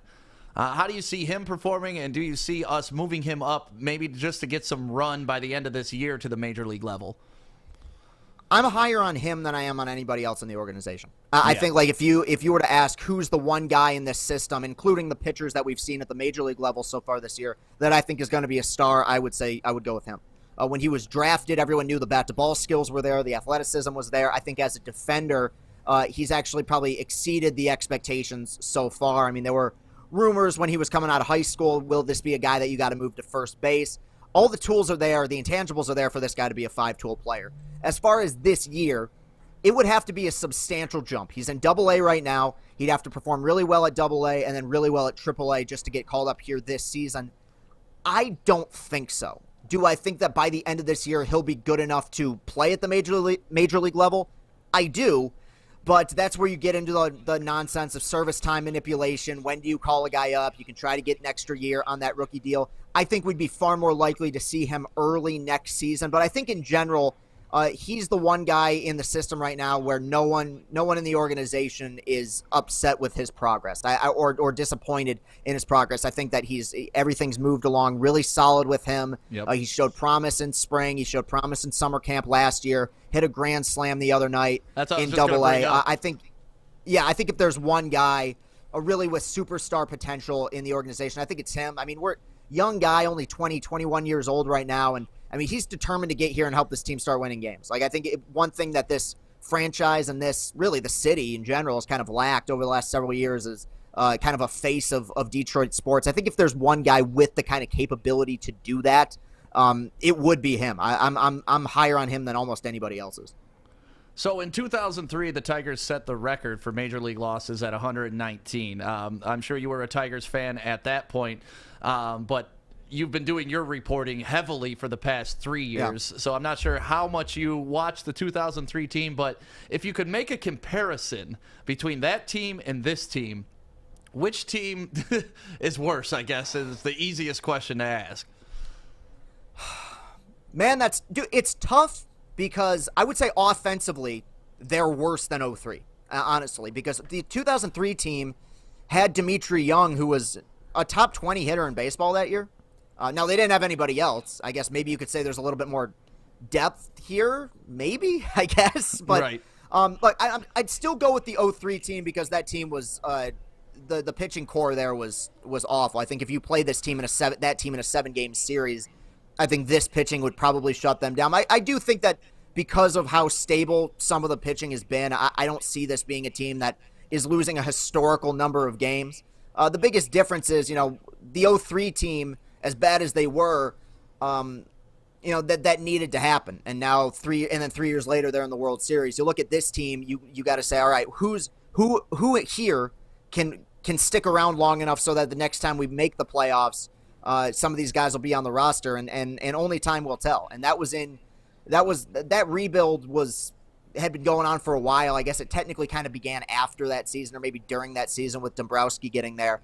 We're several years in, so I guess if I had to say which team is more frustrating, probably this one, because they shouldn't be this poor, this deep into the rebuild. Yeah, when I look at that 2003 team, the one thing I can take away from them is, like you said, Nate Robinson's on that team, Bonderman's on that team, right. Craig Monroe on that team. So, even though those guys aren't the guys that took us over the top in 06 to get us to the World Series, they contributed to getting us there. When I look at this roster, I'm not seeing a ton of guys that are going to contribute down the road to get us there, and that's what kind of scares me about the position that we're in right now. No, completely, because nobody wants to go through 3 more years of a rebuild. Really, if you were to ask who on this team will be on this roster next time they make the playoffs, maybe 2, maybe 3. I would say Mize, maybe Gregory Soto, maybe Turnbull, and besides that, I'd say maybe Jamer, but I feel like he'll be a free agent by the time this team's in the playoffs next. Right. And for us to be this deep into it and to still be asking these questions, it is cause for concern.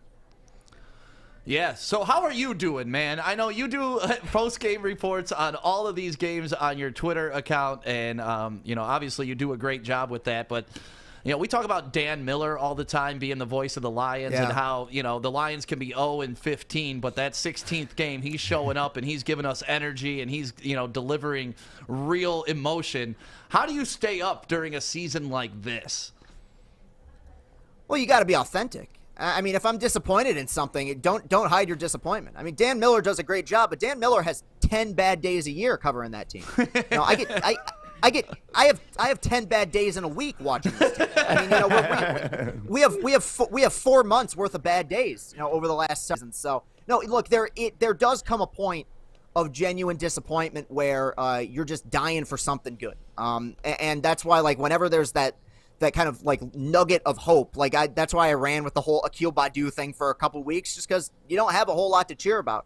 The way you got to look at it though is, look, I have been lucky enough to have a platform where people listen to what I have to say, and like you can't. Yeah, the team's bad, and they're going to be bad, and it's not fun talking about a bad team, especially a bad team that you love, that you've seen be successful, that you want to be great. But the ability to do what I do and talk about what I talk about in this day and age is, I mean, it's a privilege. You can't take that for granted. And yeah, I would like the team to be better. And I've been asked multiple times, like, what are you going to do with these post games when the team is good? And I say, I don't know, because I haven't seen it yet. I haven't seen it since I've started doing these videos. But that day will come, and I think the idea is that it will be a lot of fun for a lot of people to see him be competitive. And right now, it's a hard time. It's a really difficult time, and there are those days where it's tough to talk about him and it's tough to rip him, but you fight through it, because guess what? The next day there's going to be another ball game, and it's another opportunity to do something special. And does that always happen? Maybe not, but that's what's great about baseball.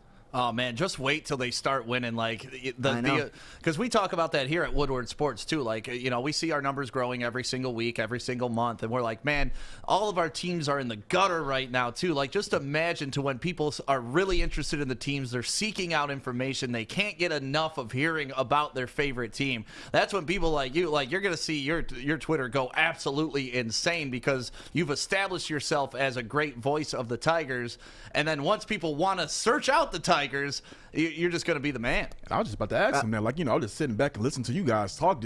I'm like, man, I'm learning a lot. And, Chris, just out of your, opinion, just covering the Tigers, like, how far away do you think, the city of Detroit is from seeing quality baseball again? Like, being able to go down to Comerica Park and be on Woodward and have pride wearing that old English D. How far away you think we are from that?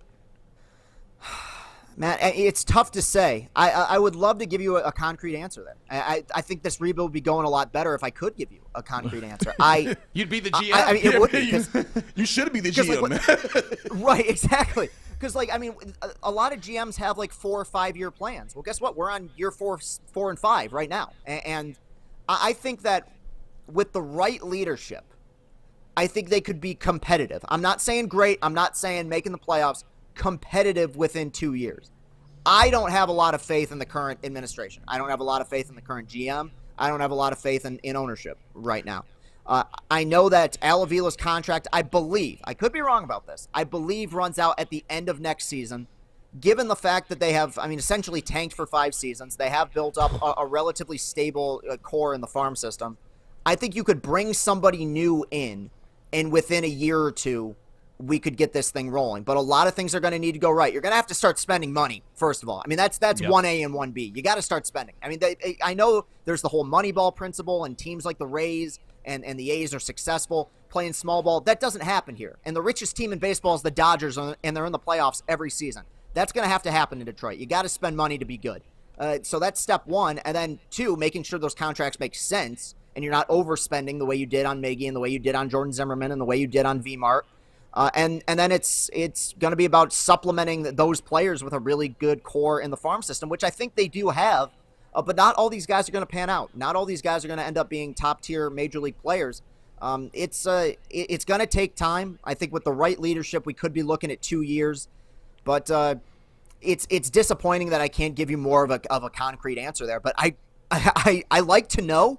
I don't know. Really, it's a lot of it falls in the hands of management and ownership at this point. Yeah, because the thing for me is the Detroit Lions, they went ahead, they went through a rebuild, and they went and got a new GM. The Detroit Pistons, they're going through a rebuild. They went and got a new GM. Now the Tigers and the Red Wings, same ownership, but even the Red Wings, they're going through a rebuild, and they got Eiserman in. What's the deal with the Tigers? How come they won't go ahead and push Al Avila out that back door? Corey, that's a hell of a question. I've been asking myself that same thing for 4 years. I don't the extension they gave him 2 years ago made zero sense to me. Yeah. Outside of, like, if the number one thing you have to hang your hat on is that you've drafted top 5 picks, man, anybody can do that. Like, if you suck for 5 years, yeah, you should be getting some talented players. That's the goal of the draft. That's the purpose. Why it exists. But besides that, no, to me, there was one owner in baseball that would have given him that extension, and he's the owner of Detroit. They're friends. Chris McCoskey wrote an article that I disagreed with the core of the piece, but him saying that the headline was the Tigers aren't going to fire Al Avila. I think he's probably right. I don't see them, getting rid of him at least for another year or two. I don't know what the purpose is. I don't know what honestly he's done to kind of earn his standing here. And yeah, that's the thing is you look at people. other. Yeah, you look at exactly. I mean, that's the thing. He's been around forever. He has done, and people will hate me for saying this. He has done good things for this organization. He hasn't done it as a GM, but when he was Dombrowski's right-hand man, there's a lot of people who give him credit for some of the moves that Dombrowski made, but it hasn't worked out as a GM. And you look at what other teams in the city are doing, I think that, while nobody is good right now, I think the approval rating of Yzerman and of Troy Weaver and of Brad Holmes so far is substantially higher than what Al Avila's is. And Al Avila's, in his 5th, 6th year trying to rebuild this thing, and the other guys are early in their tenures already with probably brighter futures. That's the most disappointing part. I mean, look, if I was if I was running things there, things would be a little bit different in terms of the personnel, but you just kind of at this point got to hope and pray that they find something, because I don't have a lot of faith currently in the current administration. I hate to do the doom and gloom stuff, but it's how I see it. I wish things were better. Yeah, no, I think we all do. And we're talking to Chris Castellani, huge Twitter contributor for the Detroit Tigers. He's doing post games every day.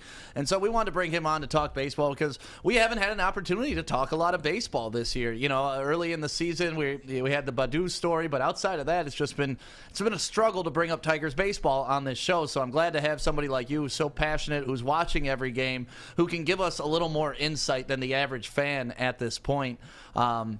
And we're talking about Al Avila. Yeah, to me, it's just where's the basement? Like, how far are they going to let this thing go before they're like, all right, maybe we got to make some changes? Because if this year's an indication that it's not enough, I don't know how far they let it go, and that's kind of scary as a fan. And I don't see how they can. He said that there's possibility of Avila sticks around maybe another year or two. I think Tigers fans it would be mutiny if he's around here another year or two. Yeah. It feels like, I think, and that's one thing I did say in one of my post games, is that I think the bow of patience is broken at this point. Like, whatever goodwill they had in terms of trying to build this thing up, all right, we'll give you a few years, it's done. This year should be the ascension year. The year where you go from, okay, we haven't been very good, and we're still not great, but we're slightly better. And for things to not only be just as bad, but arguably worse than they've been over the last several seasons, what are we doing here? I mean, like, you can only tank for so long before people just stop caring. I mean, that's what happened in the 90s. People stopped caring about Tiger baseball. They were losing 100 games every year. I don't want to see that, but yeah, I don't know. As long as he's here, I'm going to have serious doubts.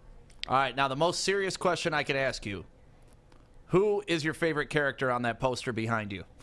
Oh, Peter.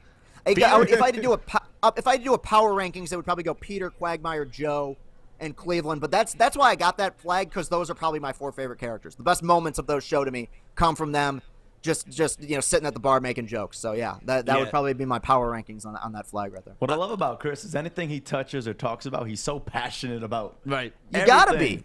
Yeah, man. Even the worst of the worst teams, and that's what I respect so much, is that, like we mentioned earlier, you started out your brand of being Chris Castellani on Twitter and social media when the team was the worst, and that's why we love having you a part of the team, because we started Woodward Sports with the teams being the worst.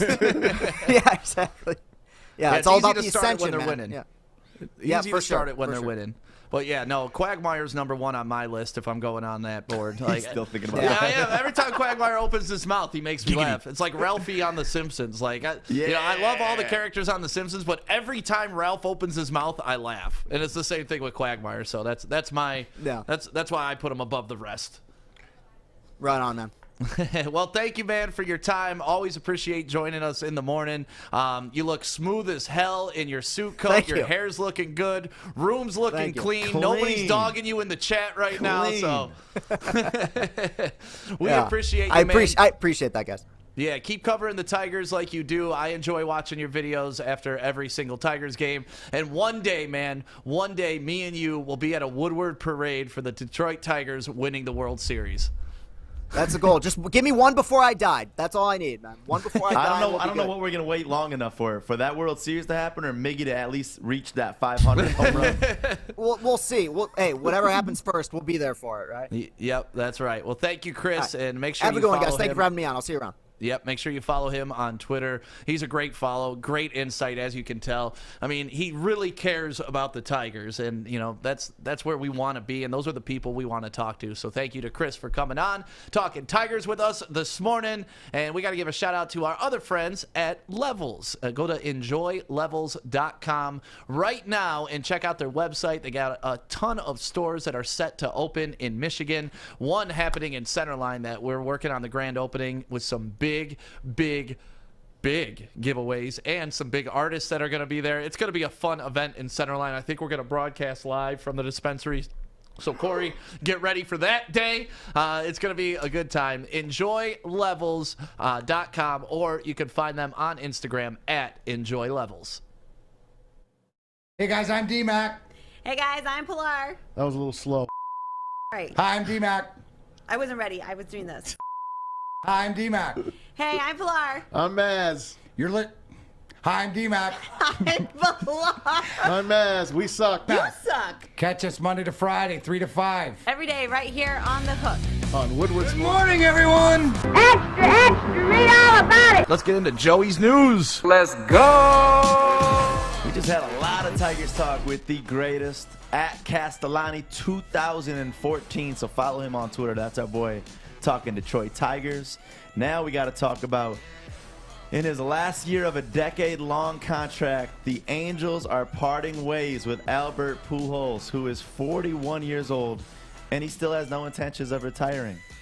And this is him. Whew. And I love this play right here because you get to really see how slow this dude is. Hey, man, he's like 45 years old. 41. Yeah, whatever. Close enough. Well, you're getting paid too much to be running Bro, that you slow. ran a 6.4 40. And guess what? I don't own get that much money in my contract. No, and that's probably why. I do not. Shohei Ohtani does it all. Home run number 10. The season started out, everybody talking about Badu. Well, this is one guy that all the talk is still going on. Shohei Ohtani blasted that one out the park. It's crazy how some guys are just good. Like, you know, Yeah. like there's no rhyme, there's no reason. He's not bigger than anybody. He's not stronger. He's just better. And Hip, hip, that's the Ohtani. weirdest thing about baseball. Like, you can look at a guy and it's so like an Altuve, so unassuming, but the dude can hit the ball 400 feet. It's just the consistency is the thing that gets me. You know, like you see Badu. Great ball player from what we've seen. Starts out the season on fire, and then it slows down a little bit. This guy just keeps it going throughout this entire season, and it's impressive to see. Yeah, he's a pro. That's what he is. He's a pro. Definitely pro. Kentavious Caldwell-Pope. He's a pro too. He is a pro, a former Detroit Pistons pro. And look at this dunk that he just had. Just nasty right here for the Lakers. One thing I love about the Lakers, though, they're falling into that 7 spot. Maybe they're sitting at 6 right now. They may have to be in the play-in tournament, which LeBron is going to cry about. And anytime LeBron cries, I'm a happy boy. I mean, I'm going to tell you right now. I thought that the Lakers were going to be a lot healthier than what they are right now. And I'm not going to back down. I still think that if they're a healthy team, they can still go ahead and win the title. But health ain't there. And if you got to play Steph Curry when you're not healthy, we saw what happened with that GTA clip earlier. Steph he might all right. He might take that shot and gun back and shoot you. And then on to the real Pistons, getting a W over the Memphis Grizzlies, 111-97. And that was the first game Art has gone to in 13 years. So maybe Art's our good luck charm. Yeah, Art's undefeated with the Pistons this year. You don't bring that shit in Beef Stew's house. Get it out of here. No. That weak shot out of here. Weak ass shot. Weak. One thing ain't weak right now is our offensive lineman for the Detroit Lions. Never thought that we'd be here saying that, but yes, the Detroit Lions locked in all-pro center Frank Ragnow to an extension of 4 years at $70 million. Whew. I love it, though. I mean, it's what you got to do. Let's start spending the money on the line. You know, Goff was able to kind of restructure his contract to give us some more cap space. You know, I tweeted this out, and Justin Rogers kind of disputed this yesterday, but when they let go of Kerryon Johnson, they saved like $1.52 million.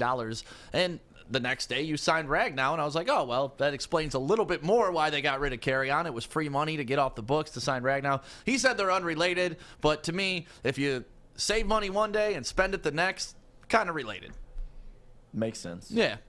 But he may be right. I'm not gonna. We can have him on. We can discuss this. He knows a little bit more than you do. I don't know. Maybe. Here's a little bit more than you do. Yeah, there you go. Floyd and Jake Paul went face-to-face for a news conference.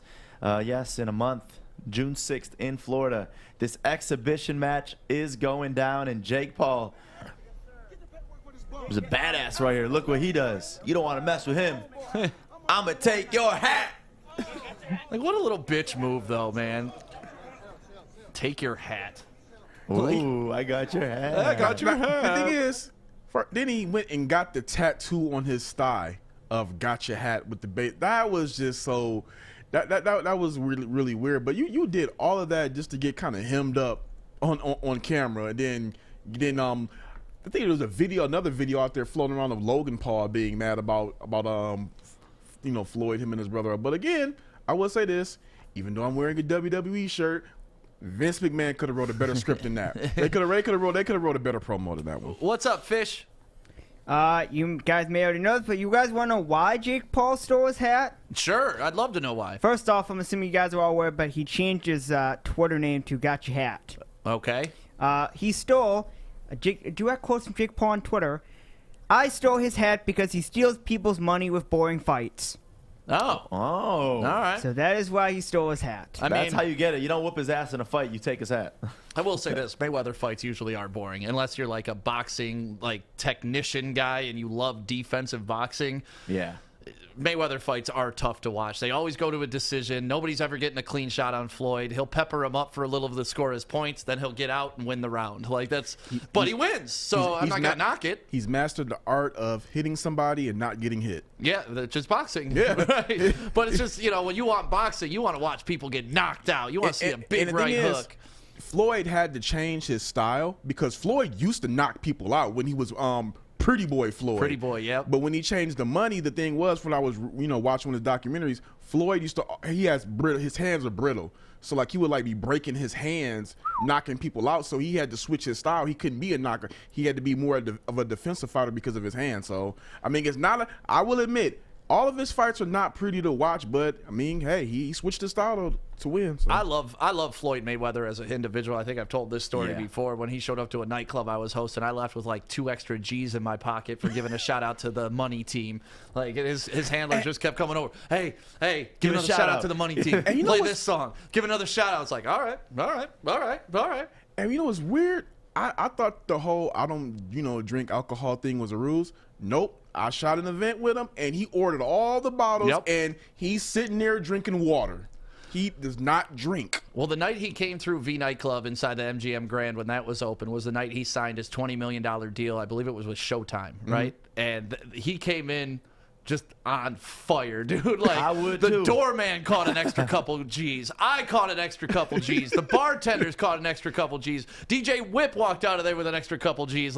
He was literally living up to the name money. But every other athlete, they get this big ass contract and they're cheap as hell. They're trying to not even pay for anything that they get at that bar. Oh yeah, no, I've seen them have issues trying to get football players to pay their tabs. No, I'm so and so. Literally, Money Mayweather's just oh, that's my tab, cool, double it. Here you go, thank you.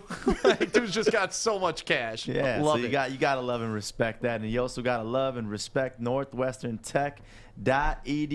That is the school that I've been talking about for a long time now, because this pandemic, one thing it made me realize is Don't be afraid to explore a new career, and that's what I did for myself, and I want you to do right now. It's a 10.5-month hands-on HVAC program. Heating and cooling, you know we're going to need that forever, so check them out right now, northwesterntech.edu, and coming up next, we're going to be talking to an 8th grader that just got an offer from Michigan State football. For 8th grade? 8th grader. That's awesome. Good job, Mel Tucker. Hey, it's Joey from Woodward Sports at my favorite downtown Fenton, Bridge Street Exchange. Let's go check out their beautiful store. You know we love Michigan summers. Got to turn up on the lake. Pre-made mixed drinks. They even got their own beautiful Bridge Street Exchange t-shirts. I got mine on. Jewelry, they got you here. I got mine on. Titanium Buzz. If you're not quite ready to ask that big question yet with the jewelry, look nice for your girl. They got polos. And last but not least, the most comfortable shoes on the planet. Hey Dude. They're literally called Hey Dude. Shop here at Bridge Street Exchange, downtown Fenton. Support a locally owned business. Welcome back. It is the Morning Woodward Show live on the Woodward Sports Network, Detroit's all digital sports network. We're live streaming right now on YouTube, Facebook, Twitter, and of course Twitch. And if you're watching on any of those platforms, make sure you hit the like, make sure you hit the subscribe, and drop a comment. Just let us know where you're watching. That's one of my favorite things is when we do the old school AOL age, sex, location check. If you guys remember that. So ASL right now in the comment section. Where are you watching? Because we have people watching from all over. And it's just cool to see where all of our audiences are coming from. But Joey, you got a special interview right now, don't you? This is a very special interview because this has been a big last couple of days for the Michigan State Spartans, just entire sports program, because the other day, the big announcement of Emoni Bates decommitting from MSU. What about an 8th grader getting an offer from Michigan State? And we welcome him to our show. Caden Strayhorn. Yeah, what's up, Caden? Caden, you hear us? Oh, he's got to put his headphones in. Uh-oh.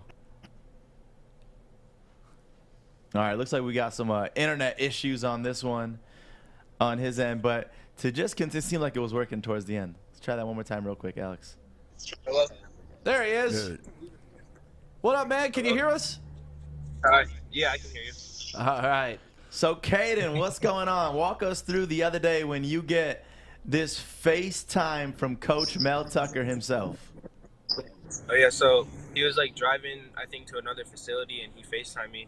And then it was, like, during my lunch period, and he was like, are you just going to get an offer from Michigan State, or are you going to have lunch, too? And I was like, probably just the offer. And then I got an offer from Michigan State. And you're in 8th grade, right? Yeah, I'm in 8th grade. So are these guys coming to your games? How do you get on a Mel Tucker's radar being in 8th grade? Well, my family's like very involved with Michigan State, and my father, he played there in like back in the day. So way back in the day. Yeah. Joey, why you got to do that? He was a former captain, though. We got to shout out Jason, too, man. Former captain, Michigan State football program. But the talk ain't about him no more. It's all about Caden. Yeah. So yeah, walk us through. I mean, obviously, here's some clips. Just yesterday, you training at Barwis Performance Center in Plymouth.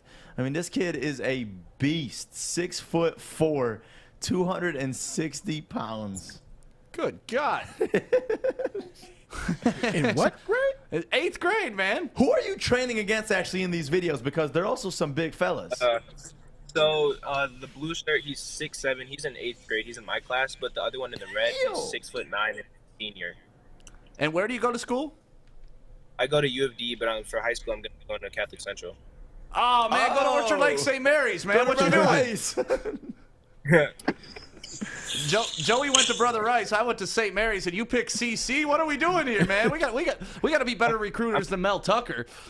Yeah, I'm a wrestler, so CC is like a good fit for me. Yes. No, that's good. It's all Catholic League love, man. So obviously, you being in the 8th grade, it's a little bit of a different experience than any of us had in middle school.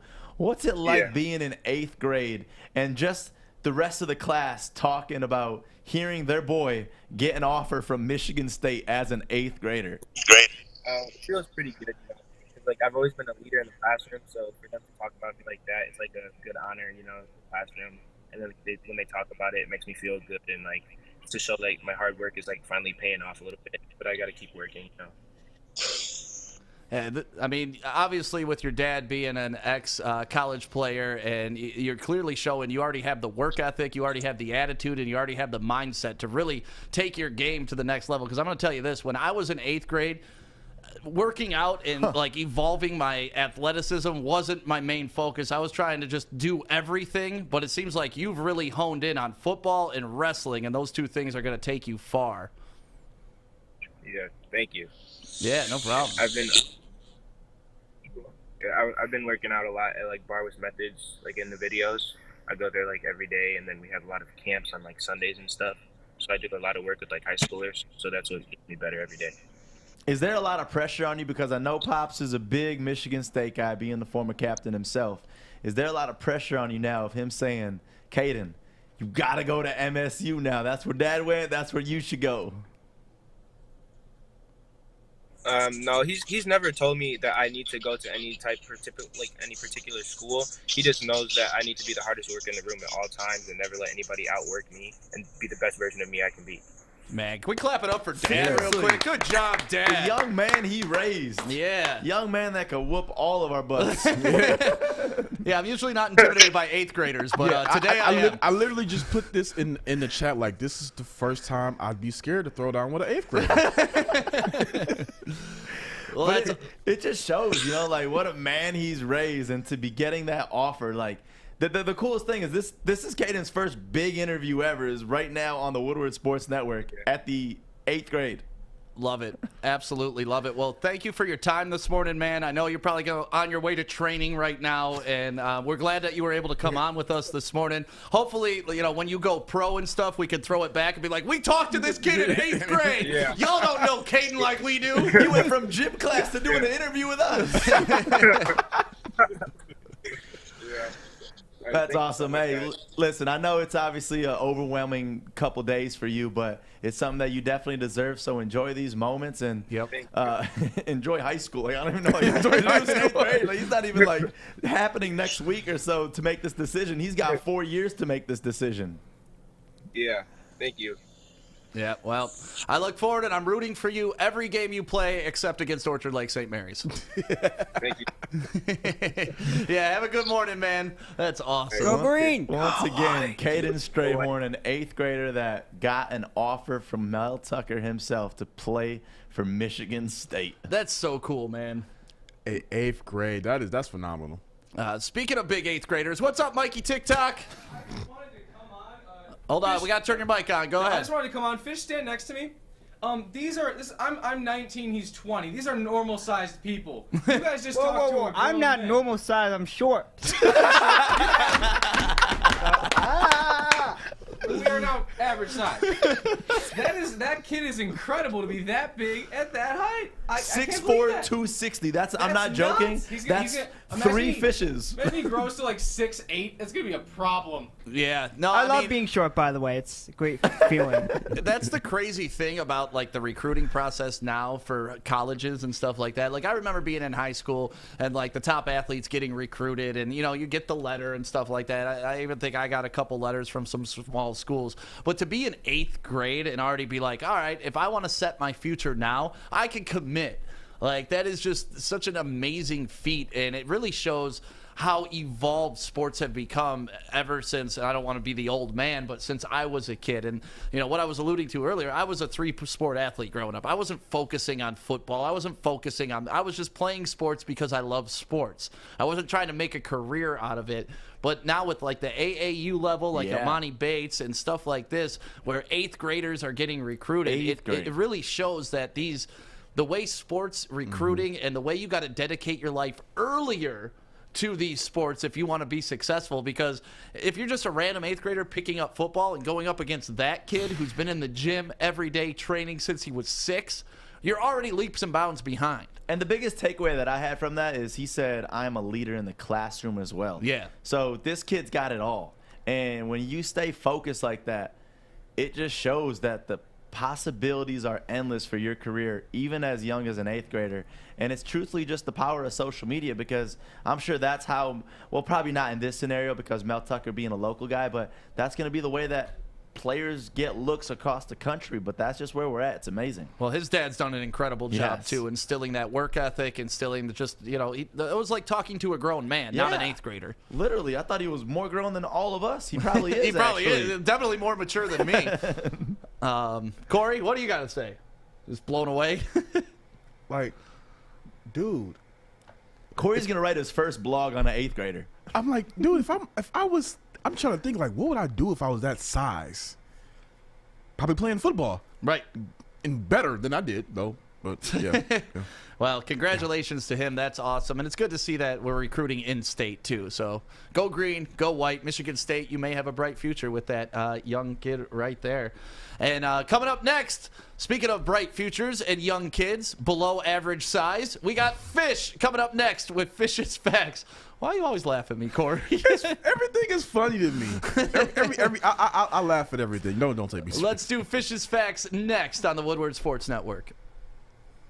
So what's up? My name is Sean Baligian. Glad to be a part of Baligian and Bell every day at 11. I'm the guy that gets pissed off at all the stupid sports fans out there. What up, though? I'm Drake Bell here on the Baligian and Bell show here at Woodward Sports Network. Tap into the energetic Sean and the calm, smooth Drake Bell.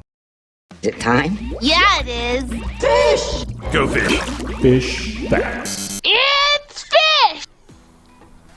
All right, Fish, you ready for it, baby? It's Friday. You're ready to go. We can see Alyssa behind you.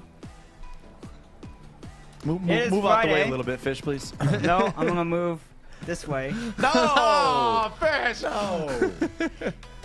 It is Friday. Yes, it is. Tomorrow's the weekend. Finals Friday. We got 2 finals tomorrow. Super excited.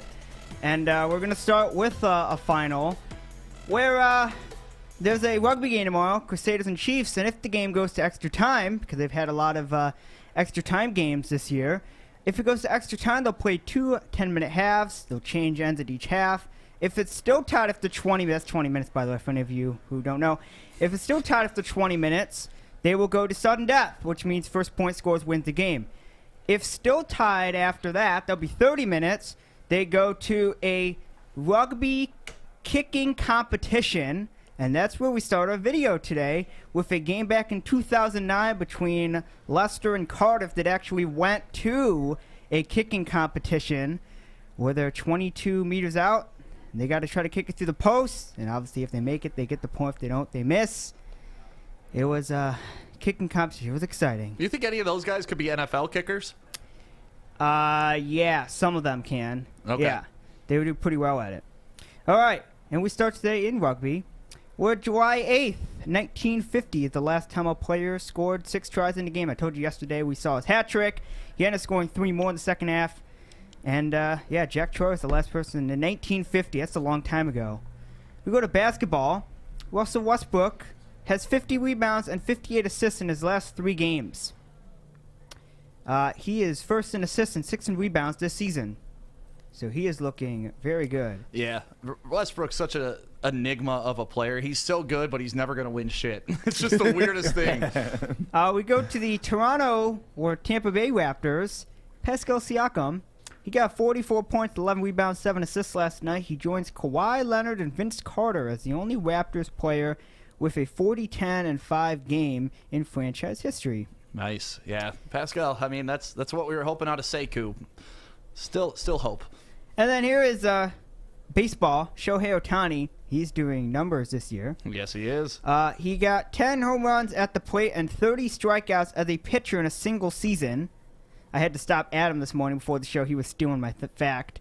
2021, he got that 10 and 30 Ks. 2018, when he first started, he got 22 home runs, 63 Ks. Babe Ruth was the last person in 1919 and 1918. Yeah, a lot of people forget that about Babe Ruth, that he was a pitcher. You know, people just think he was the greatest hitter of all time, but dude could throw too. I didn't know that until this morning. Yeah, it's because you never see both of them like that anymore.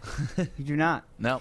And we go to another baseball game where the Rays and Angels played last night. Shohei Ohtani's team is the Angels. The first 9 outs of the game all came via strikeout.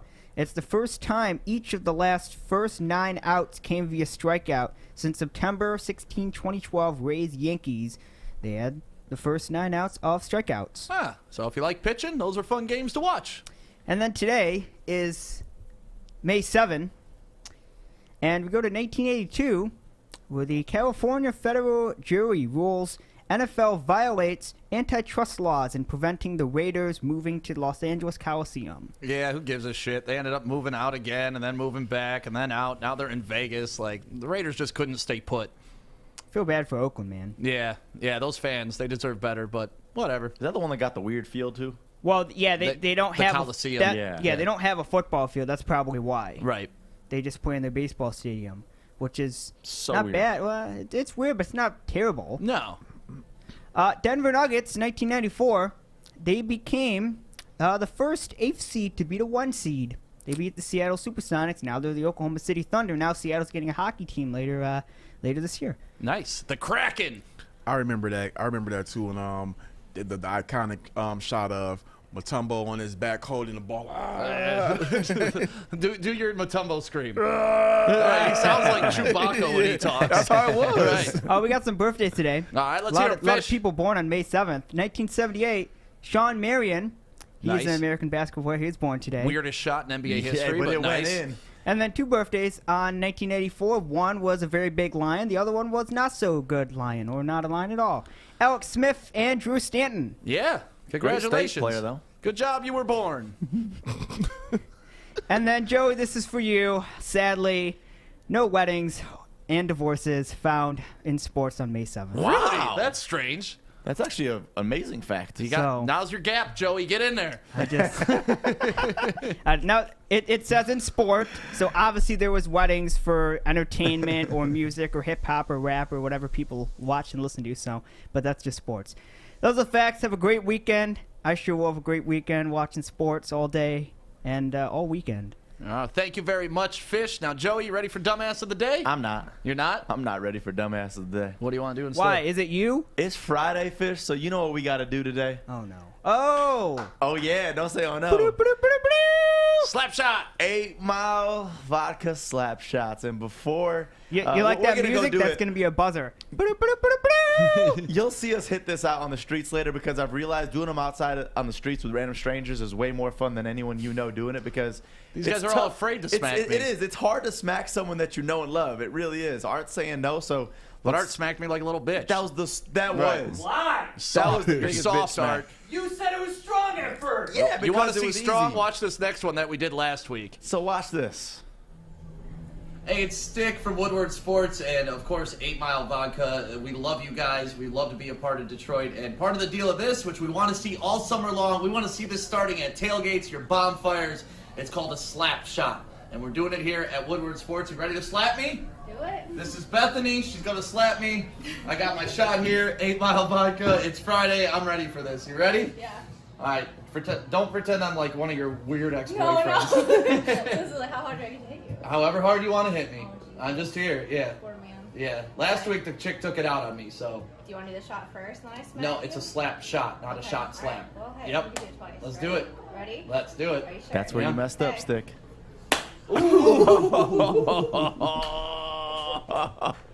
Definitely needed a shot after that. Look at your Jesus, red. you got me with the palm. No Slap lie, shot his Fridays. ear was Make sure you red do the it. whole Pick up day. 8 Mile Vodka. Dude. Dude, my ears were ringing after she slapped me It like was that. like a punch. It really was more so a She punch. palmed me. She got me with the palm, and that's when it's a dangerous slap when you get hit here. Yeah, I told her, I was like, damn. I'm like, did you, like, it's like you left an imprint on his face. It's Stick's fault though. This idiot's gonna sit there and say, she asked, is it gonna be a shot then the smack? No, it's called a slap shot, not a slap. And And I'm that's the where idiot you- for pointing out the name of the thing? Why does that Yes. make me stupid? Yes, because you called her out and obviously she took that and then she was like, all right, I'm gonna light this mother up. Yeah, when I watched back the video, I knew I was in trouble the minute she went like this. Because if you watch that part back, she's like, oh, you ready? Okay. And whenever anybody starts rolling up their sleeves, you know It's about to hit you right in the face. like And that was the it's- hardest slap yet, and we're about 5-6 weeks deep into this thing. See, like, it would have been way more badass if Jake Paul went like this yesterday before he took that hat. Right. So he's not a badass for what he did yesterday. No, Bethany's a badass for slapping the hell out of me. All right, coming up next, we're going to do the dumbass of the day on Woodward Sports. Let's do it. The Detroit Pistons select Darko Milicic. World's dumbest criminal. Well, so much for me calling him savvy because he had no idea where he's on the field. When he crosses too many timeouts, it's a technical foul. Dumbass! Dumbass! A lot of us got bored throughout this pandemic, me being one of them, but I have not partaked in dumbassery, as they're calling this. There's this trend going on social media. It's called eating rotten meat to get high. What? It's called high meat. And people say that eating decomposed, discolored meat with mold and bacteria growing on it makes them feel euphoric. All right. So These are the same people that lick frogs' asses, I bet. You ever heard that? You lick a frog's ass, you get high? I love it. Yeah, these are the same dumbass motherfuckers that are out there licking frogs in the woods. Art, have you licked a frog's ass? Art's giving a frog a rim job? Are you serious? No! Oh my God. Flint is a whole new level. Is that what a Flint Coney dog is? Don't talk shit about Flint. Stop it. I don't want a Flint Coney dog no more. No, you get bored in Kalkaska. There's not a whole lot to do. They got the Trout Festival and the Licking Frogs Assholes competition. So did you get high when you licked a frog? I don't want it. Dude, you're the only person I know who's licked a frog's ass. I gotta ask you these questions. Well, if PETA's not going to come after me, it was, No, it's a lick. It's not like you killed it. And it's not like kissing. When you kiss a frog, the Prince thing, when you lick, you turn into a porn star? Did it push back, Art? How do you Did think it I got push so many back? kids? It opened up my eyes to have as many kids as possible. No, but for real, like, did it have any effect on you? Because I'm fascinated right now. No, I mean, obviously, like, there's certain, colonies of people that do it to get euphoric, and me and my buddies did it as a bit, and it did absolutely nothing. You lick the frog, and nothing happens. I think I picked the wrong frog. Listen. Normally you could get by saying I did it for a bit, but not this time. You really did this. Joseph, you have to open up your eyes and experience different things in life. You're 14, 15 years old, you're licking frogs, trying to, Dude, I never even licked a human booty. I'm not licking the freaking frog Listen, booty. you haven't lived if you haven't licked a human booty. Let me tell you. This is gone off the rails. Well, happy Friday, everybody. Hope you have a good weekend of licking frogs' asses. We got one more thing to do. Uh-oh. How do you follow this up, Corey? We gotta Shout out to your fraternity. What do you got? No. we Speaking of frogs' asses. we have to end it on a good note. Okay. Happy Mother's Day weekend to all the mothers that are watching the show out there. Hey, for real, I forgot about that, actually. Thank you, Corey. Yeah, you better get that 1-800-Flowers order in now. No, for real, happy Mother's Day to all the mamas out there, and we appreciate you. Love my mama. I know everybody on this panel loves their mama, except Art. Sorry, Art. Art loves his grandmama, though. Grandmama, she's the best. So you guys have a great Mother's Day weekend. Treat yourself to something other than some frog ass, and have a good time. We'll talk to you on Monday. Baligian and Bell is up next. Thank you guys for being a part of the Woodward Sports Network. We love you.